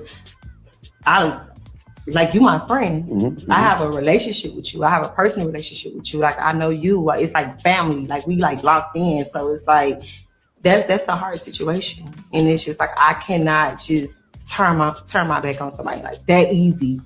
Did being tied to the Diddy situation impact your brand in any way? It did. Really? It did. Bad. Like I'm not talking about just social media shit. I'm talking about in real life. It did. Like what? It was a lot. Like I lost deals, I lost money, I lost relationships, I lost a lot, and yeah. Bankruptcy is actually a very quick process.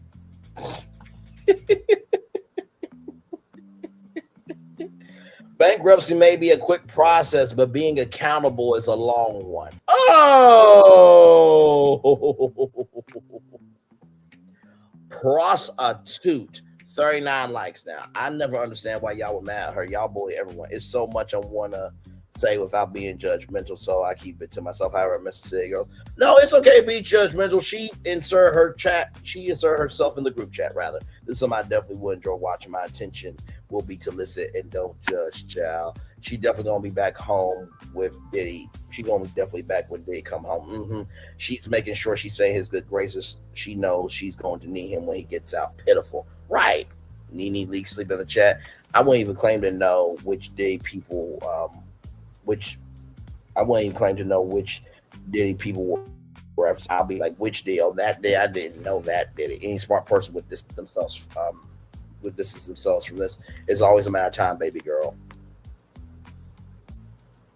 Tasha K looking like what?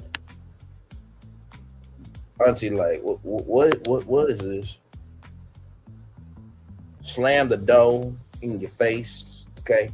So how did he change when he had a hotel night set up that the night he got arrested? Make that make sense? Is that true? Because he did not stop his freak offs leading up to it.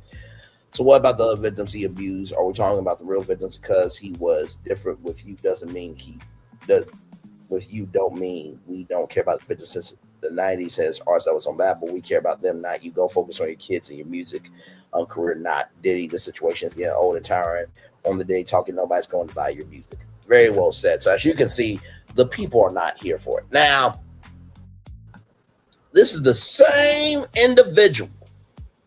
The same individual that said this. You ready? You ready for this?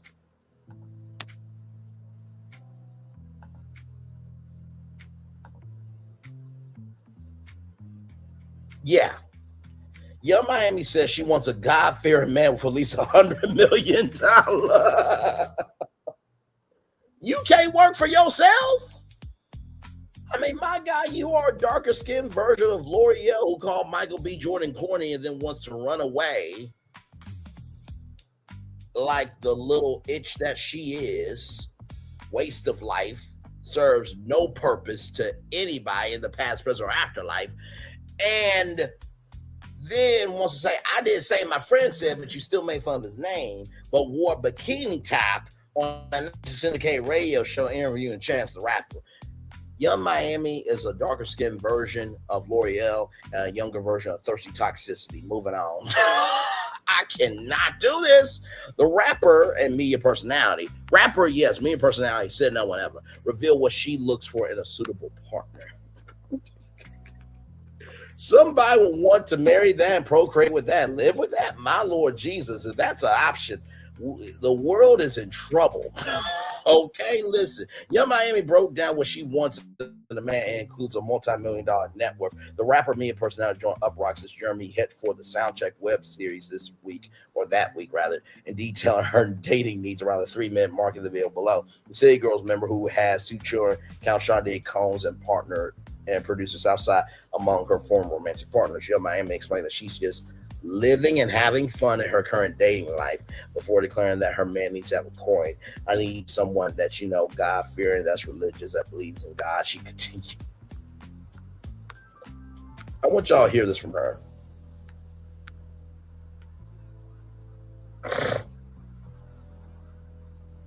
Each year, millions fall behind on their bills. Then debt happens and it can feel like a burden. We're portfolio. I gotta pick one. Just one. I know you love I can't say both. He gotta have a coin. Thank you. a list of things you look for. First of all, he gotta have a coin. Thank you. A provider. I need someone that's, God fearing, that's religious.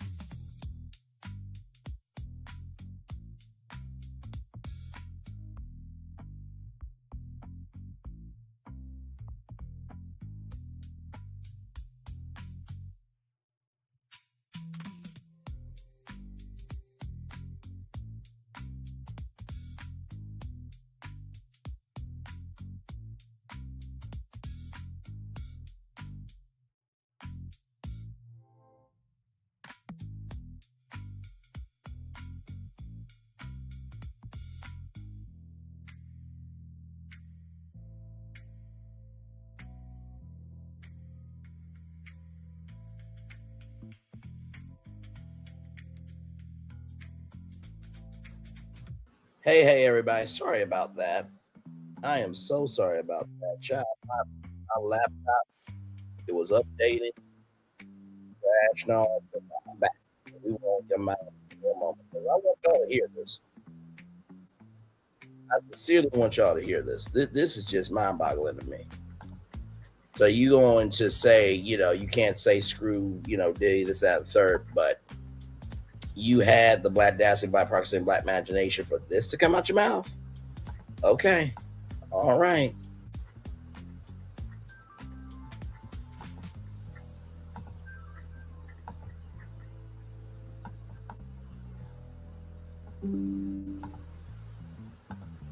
Give me a moment, y'all. Share screen.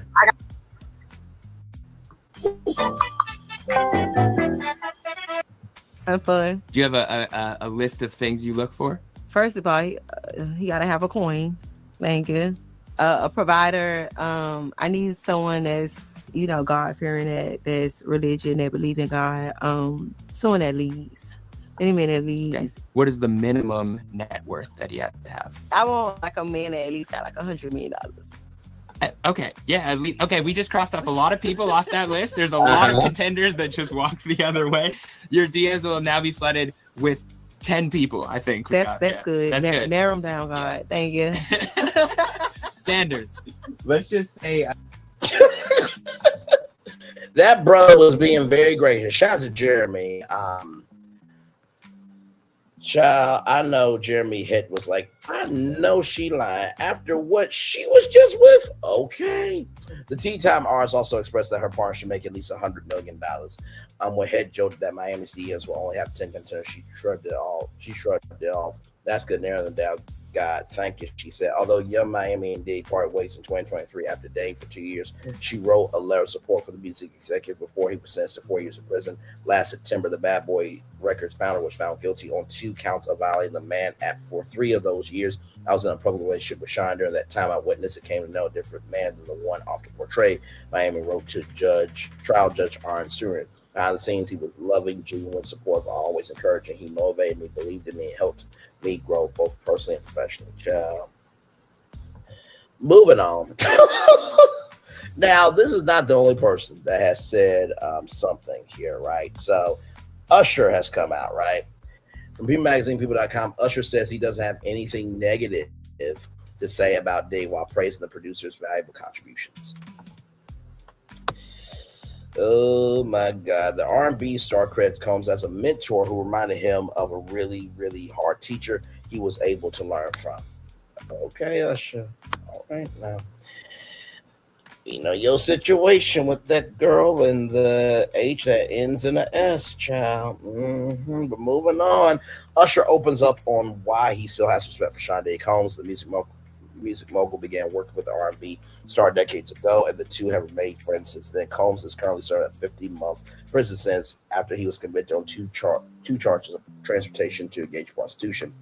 Usher is explaining why he still has a great amount of respect for Sean Diddy Combs. In an interview with Forbes, the Enterprise Zone, the Nice and Slow singer 47 spoke candidly about his decades-long relationship with the music mogul 56, who is currently serving a 50-month prison sentence after being convicted on 2 prostitution-related charges. During the conversation, Forbes senior writer Jabari Young did a bit of word association, asking Usher his one-word thoughts on influential people in his life. When it came to Combs, Usher replied, legacy. Young referenced a past interview Usher did around 2015 when he previously mentioned that he knew better than to get distracted by certain things while on tour. After Young said Usher managed to avoid a lot of the negativity that we obviously know shows up in Diddy's story today, Usher clarified his stance on the present situation. His controversial take was that we can't ignore the reality of the history. In many ways, I think certain people prosecuted and may not be recognized for the greatness that they offer. Usher said, I don't have anything negative to say about Sean Combs because my experience was not what the world has seen, how he's been misrepresented. People reached out to a rep for Usher for comment. Combs has worked with Usher since the singer was just a teen. The two have remained close throughout their careers. I can't, with any sense of humanity, not recognize the valuable contributions that this has made for us as Black entrepreneurs, for us as businessmen, for us as people who transition culture and ideas into something that's tangible becomes business. Usher said so many people benefit from what he created, and I acknowledge that, and that's why I see him as legacy. Referencing Referring to the mogul by his former moniker Puff, Usher also shared that he viewed Combs as a mentor who reminded him of a really, really hard teacher who he was able to learn from in real time. I put respect on his name because I realized that what I learned as a businessman before I even understood what business was came as a result of seeing the incredible things that he was able to do in the way he positioned himself as a businessman, Usher added. In September 2024, Combs was indicted on charges of sex trafficking, racketeering, and transportation to engage in prostitution. Despite being sued by dozens of people who have accused him of sexual misconduct, he has denied the allegations. The Bad Boy executive was sentenced to 50 months in prison after being convicted on 2 charges of transportation to engage in prostitution, which he is currently serving at FCI Fort Dixon, New Jersey. He has a release date that's since been moved up by more than a month to April 25th, 2028. So, Usher, I'm going to just say this to you, bruh. That don't matter, right? Didn't you say on the BET Award stage that, like, you're proud of your ex-wife and how you and her have evolved your relationship? And don't you have kids, bruh? So I'm going to have to bring it to Usher now. I don't want to make it personal with Usher, but it is what it is. Usher, if your kids got mollywopped like Cassie, if your daughter got sores in her mouth, right? Anything that happened, would you have these same feelings? I don't think you would. I'm going to need y'all to stop capping for people just so you can still have a career. Usher, you are a legend by yourself. You evolved Las Vegas, sir. You just did a huge thing with Big Sean in Detroit, bro. You don't have to do this. Young Miami has to do this because she's a nobody, a waste of life that has no purpose in this world. But you don't have to do that, okay? You just don't have to. Child, but listen, this is why I'm really on Usher's behind, because look at this article right here.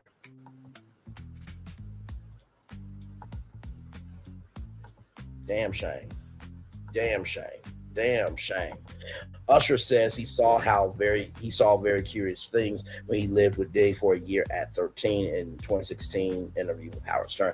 I went there to see the lifestyle and I saw Usher told Stern on the Howard Stern show. The 2016 interview with Usher has resurfaced amid the raids on Sean Diddy Combs' homes earlier that week. The You Got Back musician 45 appeared on the Howard Stern show in 2016, where he opened up about his time living with Diddy for a year when he was 13 years old. After Howard Stern wondered if it was L.A. Reid's idea for Usher to live with the Bad Boy Records founder at 54, the R&B star said there was very curious things taking place during his time residing with Diddy in New York City.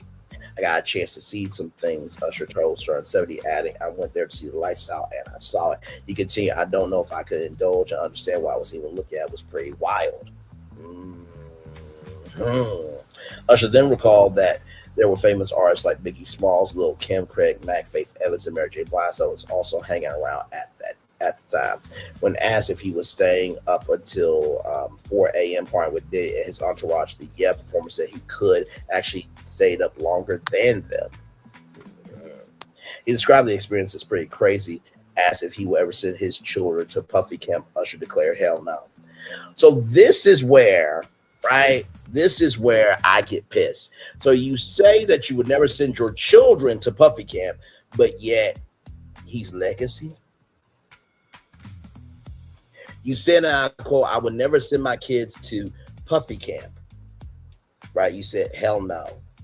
But yet he's legacy. You say you would never send your kids to Puffy Camp, but yet you say he's legacy. Let's continue. Oh my God. In February, he also opened up to People magazine, people.com, about his experiences at Diddy's Flavor Camp. I remember Outkast making their first records and being able to hear Rico Wade work on these songs. Literally slept in this man's living room, being in the dungeon and being just kind of around and just trying to figure out who's who. He recalled. Usher said that it wasn't just about music, but the energy of the hip hop artists were teaching me and showing me how to act and present myself. He also reminisced about me and Diddy, who first invited him to come to New York to work on music. I got a tour, went to New York City, and he began showing me the ropes. Usher told people some of the most valuable lessons I could ever learn as an entrepreneur picked up when I spent that time in New York with him. His unwavering desire to create and make certain that your creative ideas executed. He continued, I saw him in real time, working it out, him building something from nothing, him understand how culture and collaboration could build careers, being able to see that. That's why I got. He added that he was privy to experiencing the making of the Notorious B.I.G.'s 1994 album Rated. Usher was watching it in real time, but he didn't understand the value of what I was getting in that time. In 2004, the 8-time Grammy winner told Rolling Stone that the "I'll Be Missing You" artist introduced him to a totally different type of sex specifically. Sex is so hot in the industry, man. He explained there were always girls around. You open the door and see somebody doing it, or several people in a room having a orgy. You never knew what was going to happen. On Monday, Day's properties in Los Angeles and Miami were raided by federal agents. Homeland Security investigations confirmed to People Magazine, People.com. Earlier that day, Homeland Security Investigations, HSI New York, executed law enforcement actions as a part of an ongoing investigation with assistance from HSI Los Angeles, HSI Miami, and our local law enforcement partners. We will provide further information as it becomes available. And Homeland Security Investigations representative told People in a statement, these raids took place amid sex trafficking allegations and 2 lawsuits. TMC reported that federal cops arrived at the rapper's LA home with helicopters above the property, while video from Fox 11 showed Diddy's sons, Justin Combs, 30, Christian King Combs, 25, and I believe his son, Justin Combs, or Christian Combs, one of the sons, is also in their own SA lawsuit as well. In handcuffs outside of their Beverly Hills home, Combs' lawyer released a statement condemning the raids on Tuesday evening. There was a gross overuse of military-level force and search warrants were executed at Mr. Combs' residences, said attorney Aaron Dyer in a statement to People Magazine, People.com. There's no excuse for the excessive show of force and hostility exhibited by authorities or the way his children and employees were treated. This unprecedented ambush paired with an advanced coordinated media presence leads to a premature rush to judgment. Mr. Combs is nothing more than a witch hunt based on meritless accusations made in civil lawsuits, added Dyer. The statement concluded there's been no finding of criminal or civil liability with any of these allegations. Mr. Combs is innocent and will continue to fight every single day to clear his name. I wonder how Aaron Dyer is feeling right now. The fact that the lie detector test determined that was a lie. Now, let's go and talk about YouTube, everybody. Because YouTube, why do this? Why do this? And why do this right here? YouTube executive counters Netflix rivalry talk, highlighting platform's global reach and $100 billion in creator economy payout. From Riot.com, YouTube's managing director in France and South Europe, Justine Ritz, spoke at Fireside Chat hosted at Series Mania in Lyle. A week after Netflix co-CEO Ted Sarandos called YouTube a straightforward direct competitor, the platform's managing director in France and South Europe, Justine Ritz, proved him right as she unpacked YouTube's strategy in the content business and global reach, speaking at Fireside Chat hosted at Series Mania in Lille.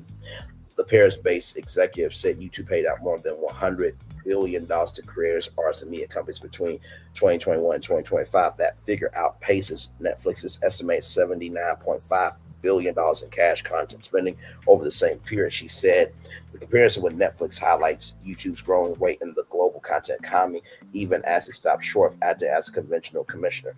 YouTube does not buy upfront, does not commission content as a broadcaster or streaming platform do, but we pay back more than half our revenue to the right owners who are behind the YouTube channel, she said. She said YouTube tried to commission content like streamers in the past when it launched YouTube Red completely and abandoned it. We completely failed, she said candidly, when we started to acquire some content. But when you go into that direction, first of all, it's a different job. You have to have completely different skills, and then you have to propose a grid with new formats every month, every week, every day, every hour.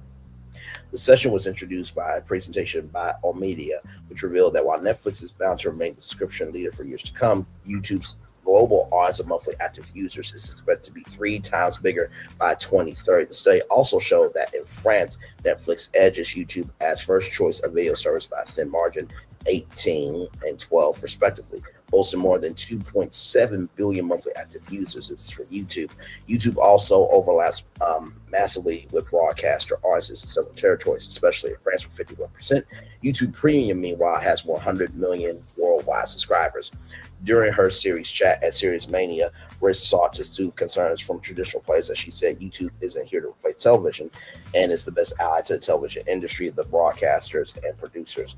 She said users themselves have chosen these different journeys or different ways of consumption. Our job, and this is the primary mission of YouTube, is to give the best user experience and business model. She went on to talk about different collaborations with paid TV and broadcasters across Europe, like Canal Plus and France Televisions in France and the BBC in the United Kingdom. When France Televisions goes on YouTube, it's to get the demos under 30 years old below versus the average audience on linear television, she said. The executive also pointed YouTube was working with ratings company Media and Mitri and several companies, including France. You can see exactly the complementary of our audiences, she said.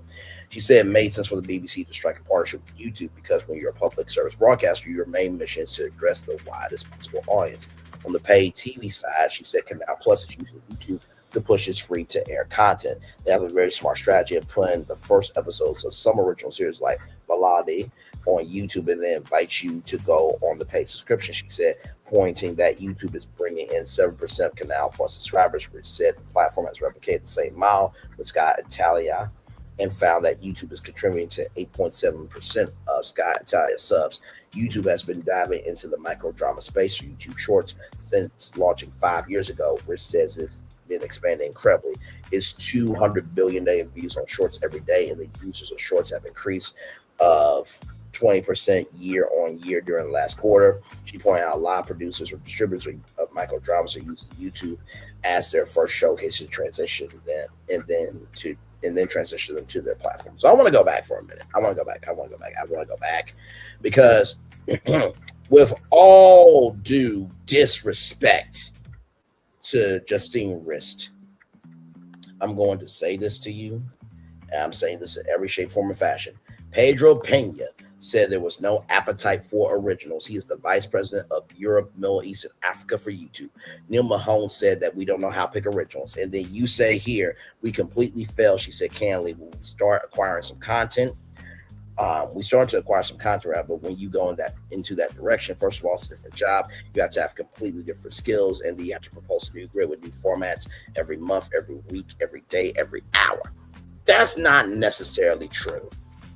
I have pitched YouTube studios, I don't know how many times, where YouTube studios, content creator, and the network or the streamer, they all get a cut, right? And it will be a great way to promote content creators who are on YouTube, right? Let's just say you're not Mr. Beast. Let's just say you're not Liza Koshy. All right? Let's say you're not Lily Singh. Let's say that you are not a oh my God, who's another famous YouTuber that you know? Oh my God, Casey Neistat, right? Those YouTubers, they have made it. They got their platform. But let's just say, right, Brayley's Virtual Tour partners up with YouTube Studios, and let's just say that Brayley's Virtual Tour, right here, Brayley's Virtual Tour Live, is on. Give me a moment, y'all. Is on.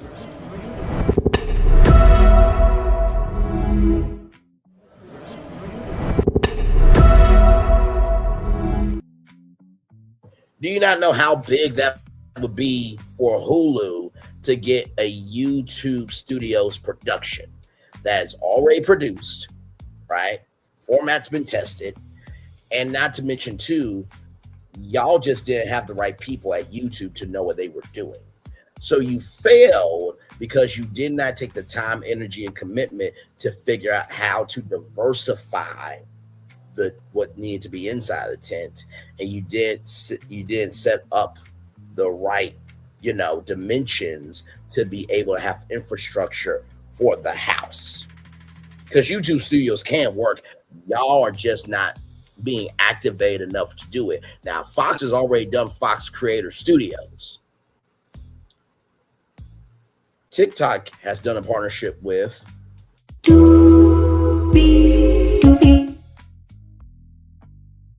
Need I remind you of studios with Tubi? Also, too, with the NBC Universal Launch Unscripted Accelerator, where 5 content creators got a $20,000 development deal, going to be for NBC Universal for all the cable networks before they spun off into Versum. But now it's NBC Universal and Bravo and Peacock, right? And then, of course, the Blavity Creative Collective. Let me show you Studios real quick. And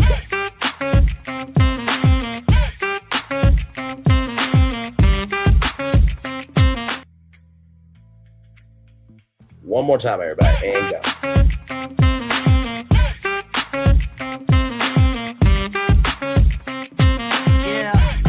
Yeah, we hustle all day. Yeah, we're working, let me play. You know me, work real hard, now we're ready, let's play. Ay, hustle up, yeah. Ready, set, let's go, yeah. Hustle up, yeah. Ready, set, let's go. Turn it up, turn it up, turn it up, turn it up a little louder. Now get low, get low, come on, drop it, yeah, drop it to the floor. Turn it up, turn it up, turn it up, turn it up a little louder. Now get low, get low, come on, drop it to the floor. Yeah, drop it to the floor. Turn it up, turn it up, turn it up, turn it up a little louder. Now get low, get low, come on, drop it to the floor. Yeah, drop it to the floor. Turn it up, turn it up, turn it up, turn it up a little louder. Now get low, get low, come on, drop it to the floor. Yeah, drop it to the floor. Turn it up, turn it up, turn it up, turn it up a little louder. So y'all saw that, right? Your movie or TV show could be a Tubi original, right? Now, Tubi reaches 100 million monthly active users. Tubi and TikTok just did a partnership. You don't think YouTube and Tubi are not going to do a partnership for long-form content? I'm going to need y'all quit playing in my face. Because y'all broadcasted a whole NFL game on YouTube from Sao Paulo, Brazil, and then you're going to bring the Oscars to YouTube in 2029? Okay. All right. Y'all broke the creator economy, but yet y'all are not being about the strength, right, of recognizing your weight, right, of the creator economy and what y'all do within it. I just don't get it. I don't get it. I don't get it. And I don't get it.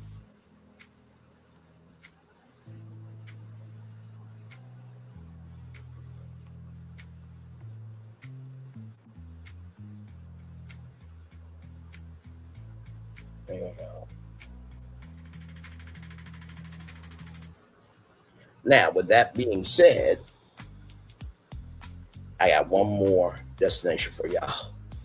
I saw this. I'm like, oh, we're going to have to talk about this. Roll it.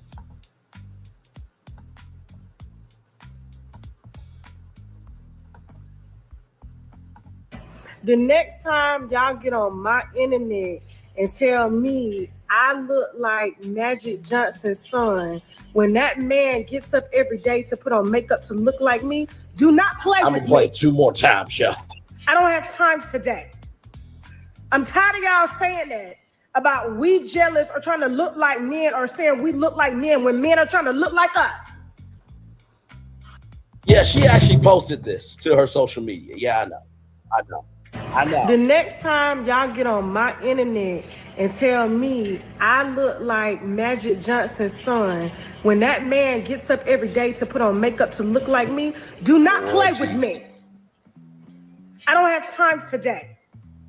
I'm tired of y'all saying that about we jealous or trying to look like men or saying we look like men when men are trying to look like us. One more time. One more time. Just one more. The next time y'all get on my internet and tell me I look like Magic Johnson's son, when that man gets up every day to put on makeup to look like me, do not play with me. I don't have time today. I'm tired of y'all saying that about we jealous or trying to look like men or saying we look like men when men are trying to look like us.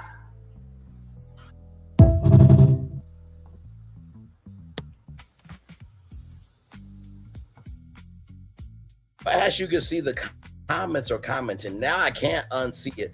I'm fucking hollering, who violated?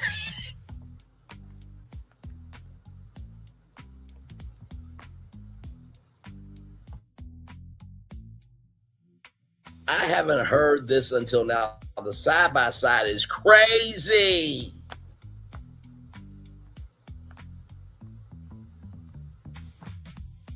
I can't take the shenanigans. The internet is funny as hell. So when I saw this show, I'm just like, you know what? I can't stand the internet. Because when I saw it, I'm like, okay, wait a minute. I had to watch it a couple of times just to see what the people are saying. But the shoes fit. Lace them up and wear them.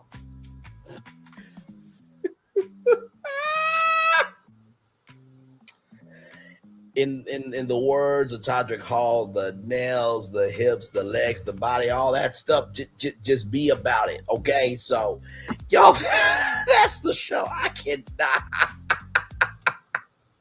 Y'all want to take a little commercial breaky. We'll be back with more Brainley's Virtual Tour live right after this. We are live on tour. Like, comment, share, subscribe. We'll be back right after this. Rolling.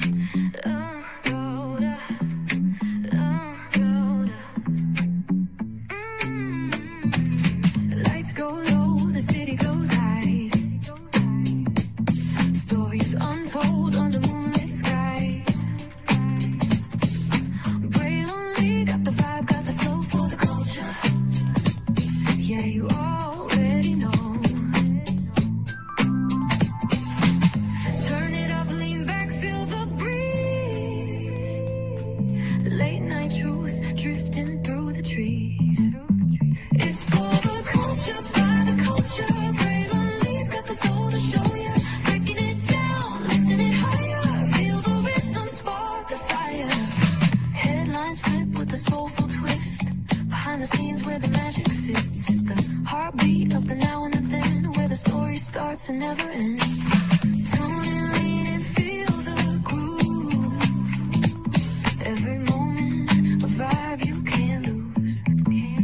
It's for the culture, by the culture. Braylon's got the soul to show ya. Breaking it down, lifting it higher. Feel the rhythm, spark the fire.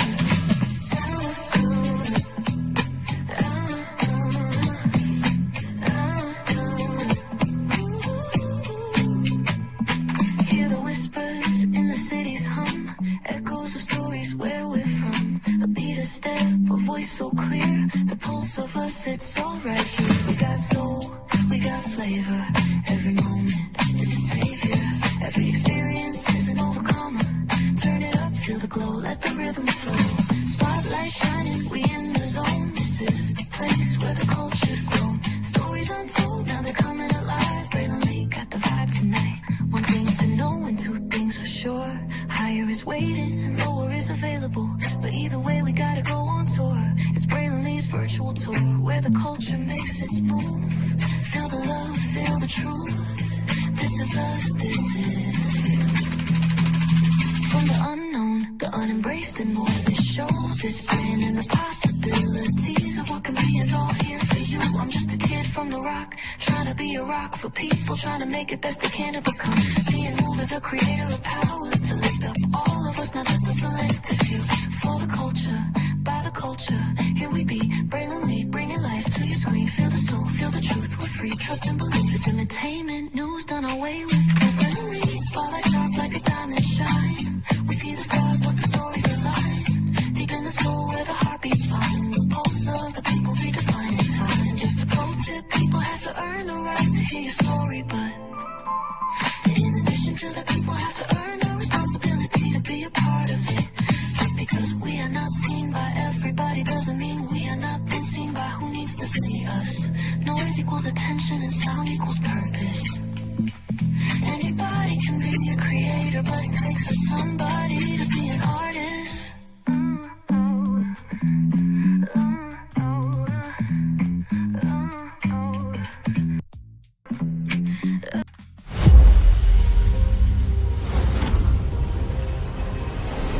Beyond this gate, find gardens green and epic worlds to fill your dreams.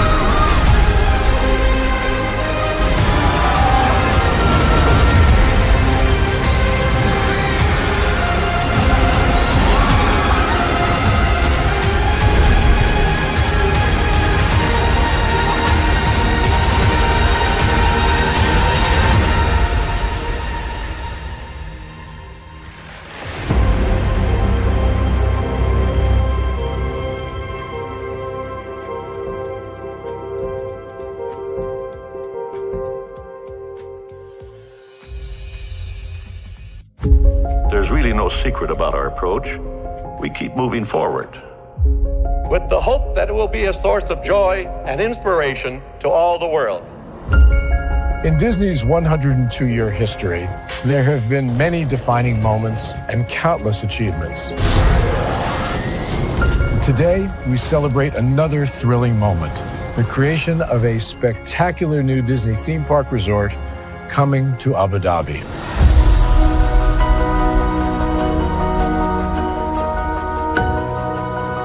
Abu Dhabi is a place where heritage meets innovation, a place where we preserve our past while designing the future. Bringing a Disney theme park resort to Yas Island, Abu Dhabi marks a historic milestone in our journey as a global family destination. The 7th Disney theme park resort destination represents a new frontier in theme park ambitions. Our resort in Abu Dhabi will be the most advanced and interactive destination in our entire portfolio. The location of our park is incredibly unique. It's anchored by a beautiful waterfront, which will allow us to tell our stories in completely new ways. Ultimately, this project will be a celebration of what's possible when creativity and progress come together. What we are creating with Disney in Abu Dhabi is a whole new world of imagination, an experience that will inspire generations across the region and the world. This collaboration represents a powerful fusion of Disney's unmatched legacy in storytelling and Mero's commitment to bringing world-class entertainment to our guests. Abu Dhabi's vision for the future is to create a legacy for generations to come. Disneyland Abu Dhabi will be authentically Disney and distinctly Emirati. An oasis of extraordinary Disney entertainment at this crossroads of the world. It will bring to life our timeless characters and stories in many new ways, becoming a source of joy and inspiration for the people of this vast region to enjoy for generations to come.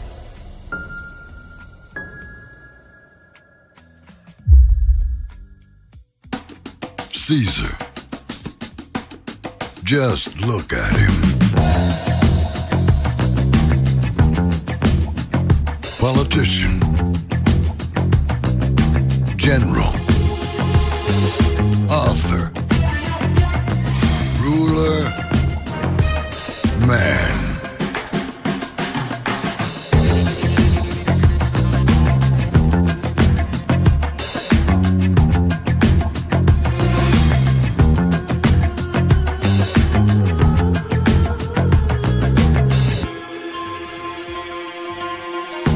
Legend has it, he's not only stared into the belly of the beast, he's had it for dinner. Here he's free to relax, or party, or relax, or party, or relax, and party. His is a world of opulence, excess, and the occasional impulse buy. Not one to rest on his laurels, he's famous for ushering in a new age of entertainment. So, for anyone seeking a place where the sun never sets on a good time, all this awaits. I am Caesar, and I approve this palace.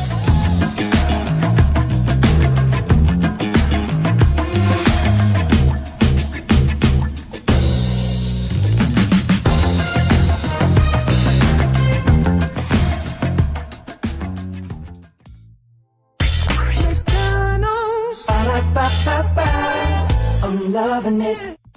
McDonald's. I'm loving it. So good, I had to tell you twice. Welcome back into Brainley's virtual tour live. Glad to have all you here. Sorry, y'all. That's in my mouth. Anyway, with that being said, I'm going to turn my camera. I guess we've done the whole show for over 2 hours as we have. What a epic show this evening. Like I said, I I let the day I let the day not only evolve, but I allowed the day to breathe. And so when I saw the destinations that I saw, I'm just like, okay, these destinations are gonna be hot. So I mean, let's talk about what we talked about this evening. Mama Tina, my Lord Jesus, I'm glad everything got fixed with the gumbo. But Lord Jesus, I got a feeling somebody's gonna sue, because if I'm coughing up blood, I'm suing too. I'm not gonna sit here in front. I know that we ain't gonna let Mama Tina slide, you know what I mean? But hopefully they'll settle and it'll be a-okay, you know what I mean? Mero did his damn good one responding to PD epidemics. To always be on Twitch, but we never see you anywhere of importance. Like, bruh, come on now. You can't attack somebody that is on a platform you'll never get to. Come on now. And then, of course, we talked about the hair industry and how the hair game is evolving, that there's more natural hair out there than ever before. And also, too, there's a company called, let's see, I just want to make sure I get the company's name right here.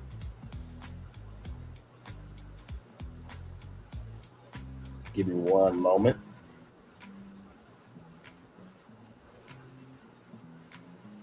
The Re-Natural is making it do what it do with combined technology and wigs. So shout out to them. That is absolutely great. Then Delta Airlines is cutting off the perks for Congress to be able to fly in the fashion that they have been doing. So shout out to that. The 50 Cent is investing in Planet Hollywood for Planet Hollywood Live, and there may be more venues across the country. So that's going to be huge. Then, of course, Young Miami said that she lost money after being connected to P. Diddy. Wow, what a shocking concept there.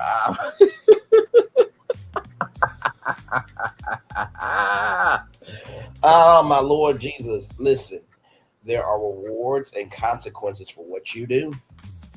I don't know what else to tell you. I truly don't. But listen, I hope your kids are okay. Yeah, you're grown.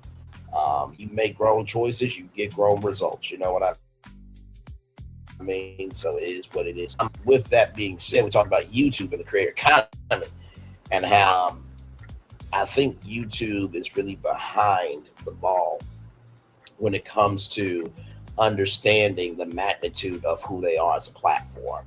Because YouTube CEOs should be made. You should not have Fox being ahead of the game in the creator economy when you guys have made the creator economy. You know what I mean? So just wanted to just keep it a buck with that. And then, of course, Tasha K.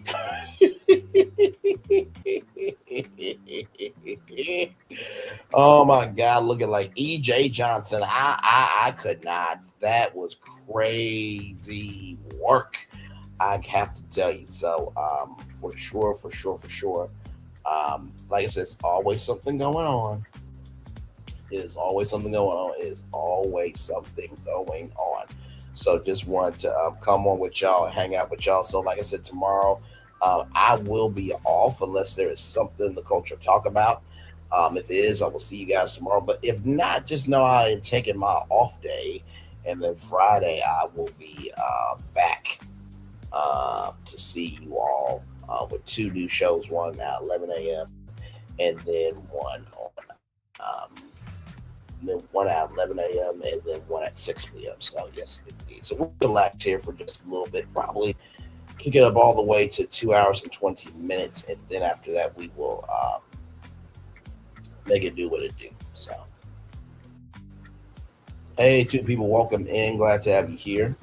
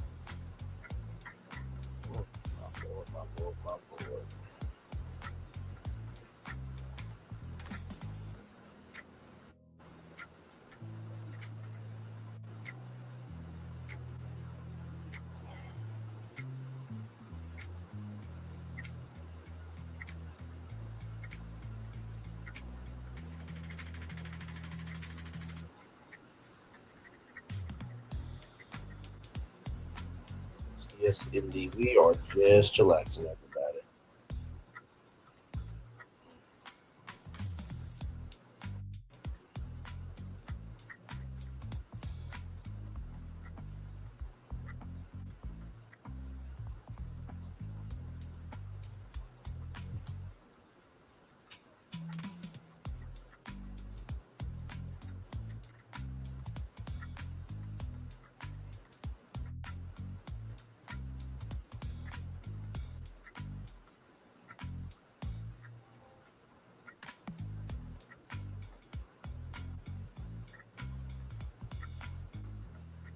Yes, indeed. So, yep, we're just chillaxing, almost there to 2 hours and 20 minutes there.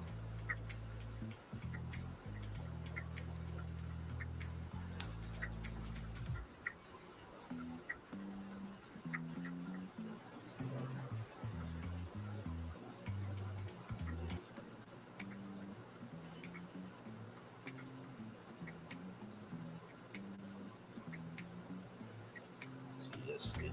So,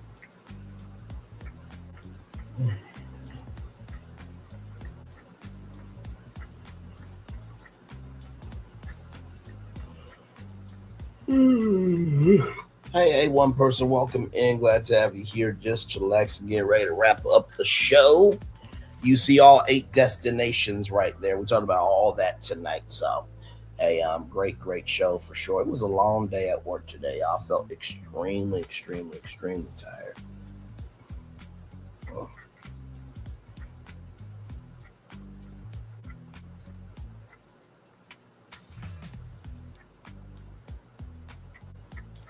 Yes, indeed. As we get ready for the Daily Motivator, and here it is. Here, let's get to it.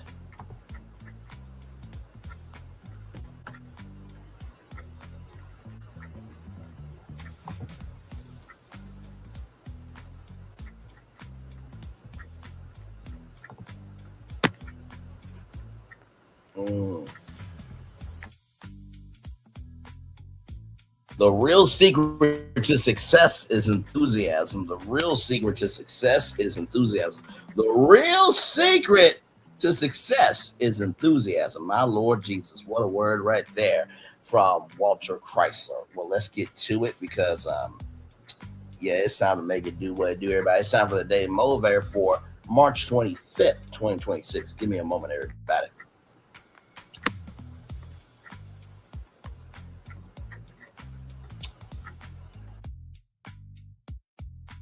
Here we go, everybody, for Wednesday, March 25th, 2026. Patient, focused effort. To do one thing better, to do something else not at all, to focus on particular tasks, forget for a while all the other tasks. The best result does not come from seeking the most results. To get anywhere worthwhile, you must continue in a consistent direction for the entire distance.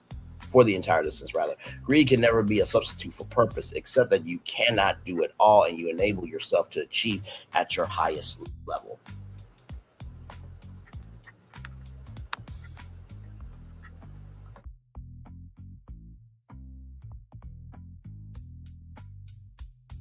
Intention is both a positive choice and a negative choice. To follow a path with effectiveness, you must decline many other possible pathways. Over time, you'll be able to achieve many good and valuable outcomes. Yet, if you attempt too many at once, almost certain to frenzied, scattered activity gains you nothing but anxiety.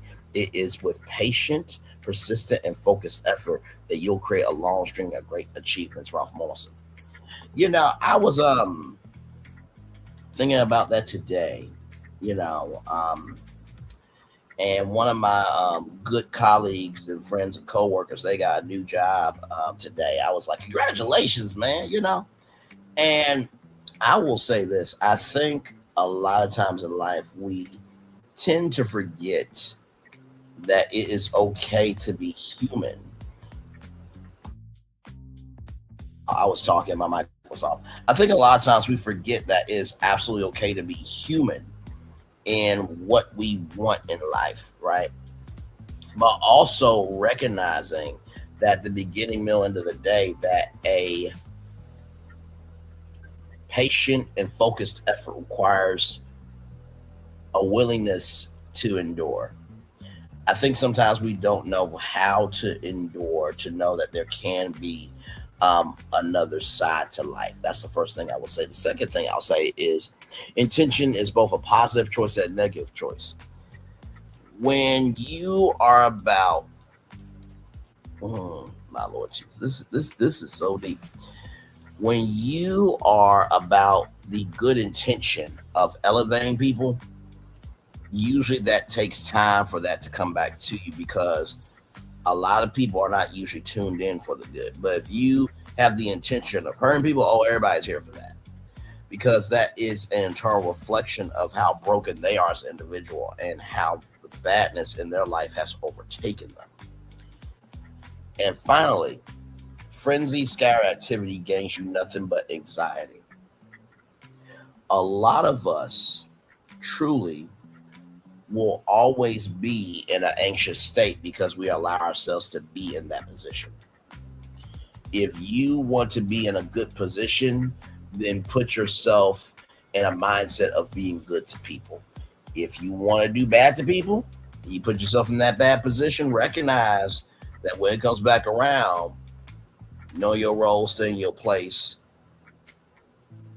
and drive your speed limit. So, with that being said, everybody, it's time for this outro on YouTube. Know what you do and do what you know. Never say one more special, because you are always one of blessed and trust. You may not be where you want to be. By the end of it, you'll be where you need to be. Do what you were chosen to do. Why is one thing to call yourself? It's another thing to be chosen. One love, much love, all love. I have spent time with you. You spend time with me. Hopefully, by spending time together, rise great together. And I always remember we're doing radio, television, YouTube, living your best life, or just recognizing that, hey, listen, maybe, just maybe, at the beginning, middle, end of the day, if you connect to somebody that causes hell, you cannot expect hell to not come back on you. Make sure the replay is not just for you watch it, not just for you listen to it, but if you want to experience it again. I love you, I value you, I appreciate you all. Always remember, see love you gotta give, or see love you gotta give, or see love you gotta give it. Where obstacles you will come, where success you have achieved upon this particular day. I'm extremely proud of you, but no one else is probably be proud of you, damn. So finally, y'all, I will just say this. The month is almost out, right? And I know that it can seem like, my Lord Jesus, is there any room for something good to happen? And I would say, yes, it is. There's always room for good to happen. The problem is, are we open to receiving the goodness? That's the problem. Are we open to receiving the goodness? One more time. Are we open to receiving the goodness? So I do believe goodness is on the way. But the question is, are we open to receive it? If we're open to receive it, nothing but good things coming your way. But if you got to question goodness, maybe that's because you're not seeing anything in you that you believe that you deserve goodness. Fix that. Commercial break and fireworks coming your way for the day that was, for the day that's come for the blessing all the way for you. As a society, as people, as a culture, I feel the love and send it right back to you. Good night, everybody. Love you all. Bye.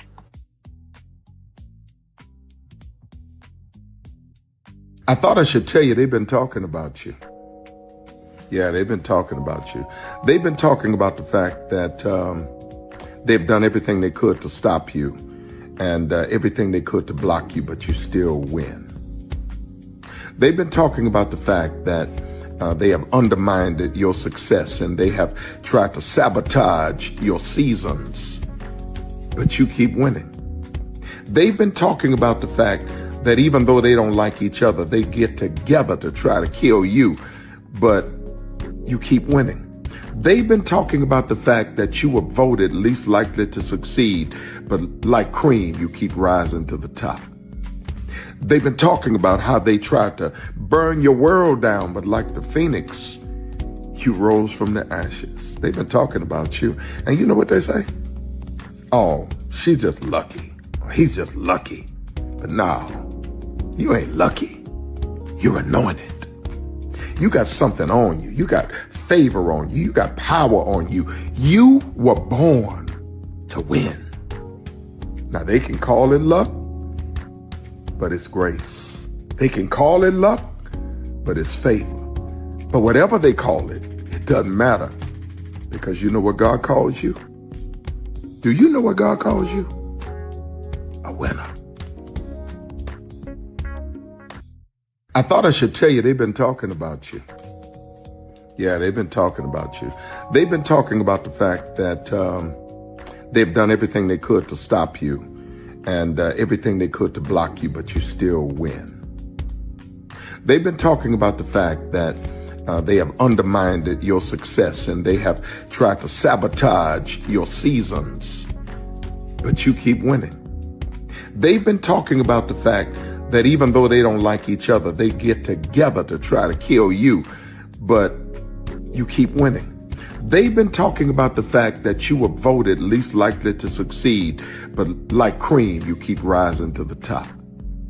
They've been talking about how they tried to burn your world down, but like the phoenix, you rose from the ashes. They've been talking about you.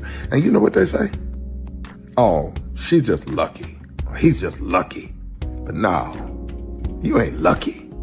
You're anointed. You got something on you. You got favor on you. You got power on you. You were born to win. Now they can call it luck, but it's grace. They can call it luck, but it's favor. But whatever they call it, it doesn't matter, because you know what God calls you? Do you know what God calls you? A winner. I thought I should tell you, they've been talking about you. Yeah, they've been talking about you. They've been talking about the fact that they've done everything they could to stop you and everything they could to block you, but you still win. They've been talking about the fact that they have undermined your success and they have tried to sabotage your seasons, but you keep winning. They've been talking about the fact that even though they don't like each other, they get together to try to kill you, but you keep winning. They've been talking about the fact that you were voted least likely to succeed, but like cream, you keep rising to the top. They've been talking about how they tried to burn your world down, but like the phoenix, you rose from the ashes. They've been talking about you. And you know what they say? Oh, she's just lucky. He's just lucky. But no, you ain't lucky. You're anointed. You got something on you. You got favor on you. You got power on you. You were born to win. Now they can call it luck, but it's grace. They can call it luck, but it's favor. But whatever they call it, it doesn't matter, because you know what God calls you? Do you know what God calls you? A winner. I thought I should tell you, they've been talking about you. Yeah, they've been talking about you. They've been talking about the fact that they've done everything they could to stop you and everything they could to block you, but you still win. They've been talking about the fact that they have undermined your success and they have tried to sabotage your seasons, but you keep winning. They've been talking about the fact that even though they don't like each other, they get together to try to kill you, but you keep winning. They've been talking about the fact that you were voted least likely to succeed, but like cream, you keep rising to the top. They've been talking about how they tried to burn your world down, but like the phoenix, you rose from the ashes. They've been talking about you. And you know what they say? Oh, she's just lucky. He's just lucky. But no, you ain't lucky. You're anointed. You got something on you. You got favor on you. You got power on you. You were born to win. Now, they can call it luck, but it's grace. They can call it luck, but it's favor. But whatever they call it, it doesn't matter, because you know what God calls you? Do you know what God calls you? A winner. I thought I should tell you. Good evening. My name is Mark Woodbury. I'm the chairman and CEO of Universal Destinations and Experiences. Well, we're finally here. Tomorrow we begin a new chapter at Universal Orlando Resort as we open Epic Universe. We built this place for you. I want to thank you, our fans, for your love of our stories, characters, and immersive experiences that inspired this incredible place. Epic Universe represents over 8 years of meticulous planning, immense creativity, and innovation, combined with unmatched craftsmanship and operational excellence on the part of thousands of people who have brought to life the stories and characters that live beyond each of Epic's portals. But it represents so much more. Your love of Universal and the deep connections we've shared together here in Orlando over the past 30 years inspired us to dream bigger and to push the boundaries to create something extraordinary for you and for generations of fans and families to come. And tomorrow, as we open Epic Universe, I can't wait for you to experience this place for yourself.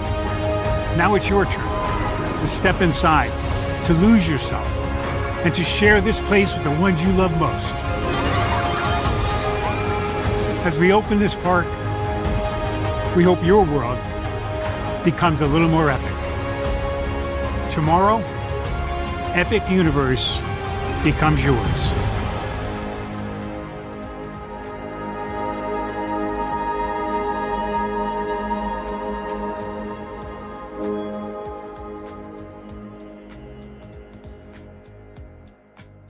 Are video games getting too expensive? This episode, we want to find some common ground because the CEOs want to raise the price even more. Not with these broken ass games. $5 million. That's how much San Andreas costs to make. Is it their fault for selling or our fault for buying? Corporations claim all this stuff. Devs say otherwise. Sports gamers, cozy gamers, whatever you call the people who play Power Wash Simulator. I think it stings a little bit more because I'm spending my actual money and my mom is not. Imagine they get rid of all movie theaters and then charge you the same price to watch the same movie at home. That's like every streaming service. It doesn't have to be the longest of games, but am I having fun with it? This is Lex. I'm Ronell. Let's get right into it.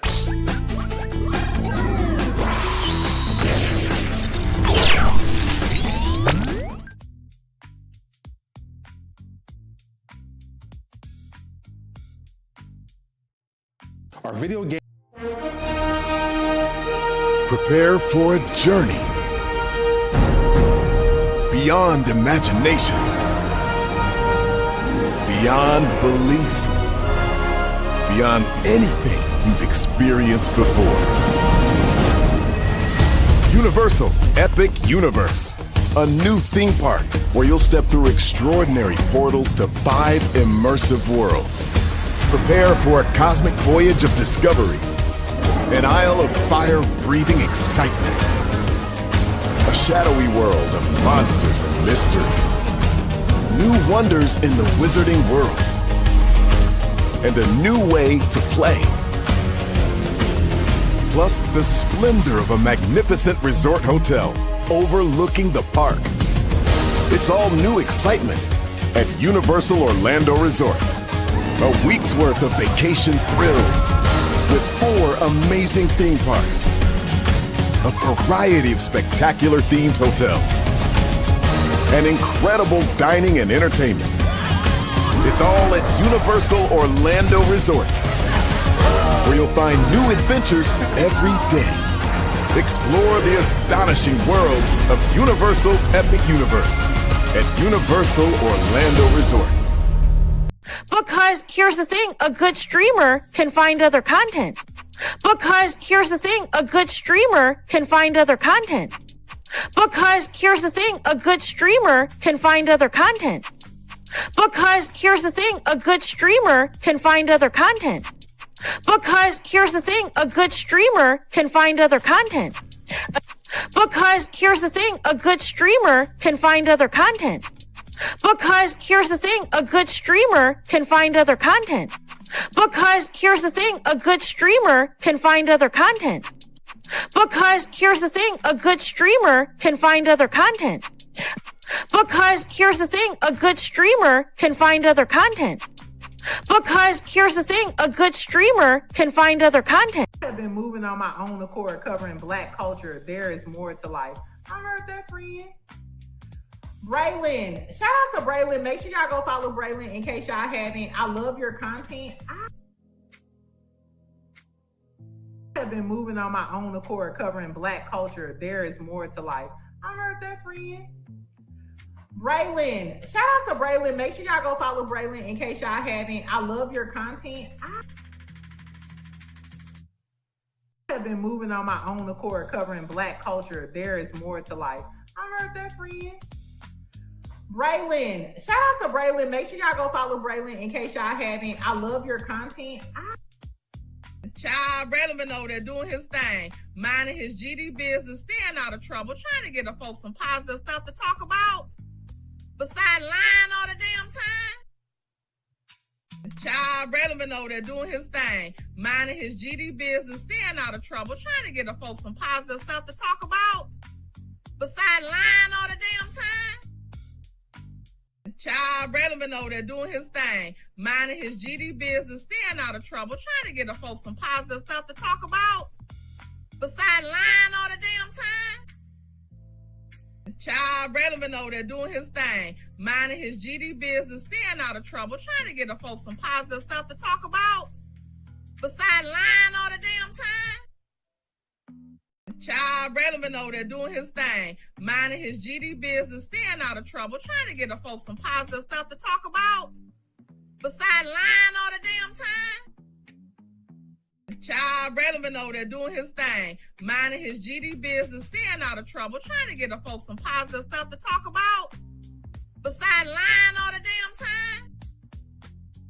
Child, Braylon been over there doing his thing, minding his GD business, staying out of trouble, trying to get the folks some positive stuff to talk about. Besides lying all the damn time. Child, Braylon been over there doing his thing, minding his GD business, staying out of trouble, trying to get the folks some positive stuff to talk about. Besides lying all the damn time.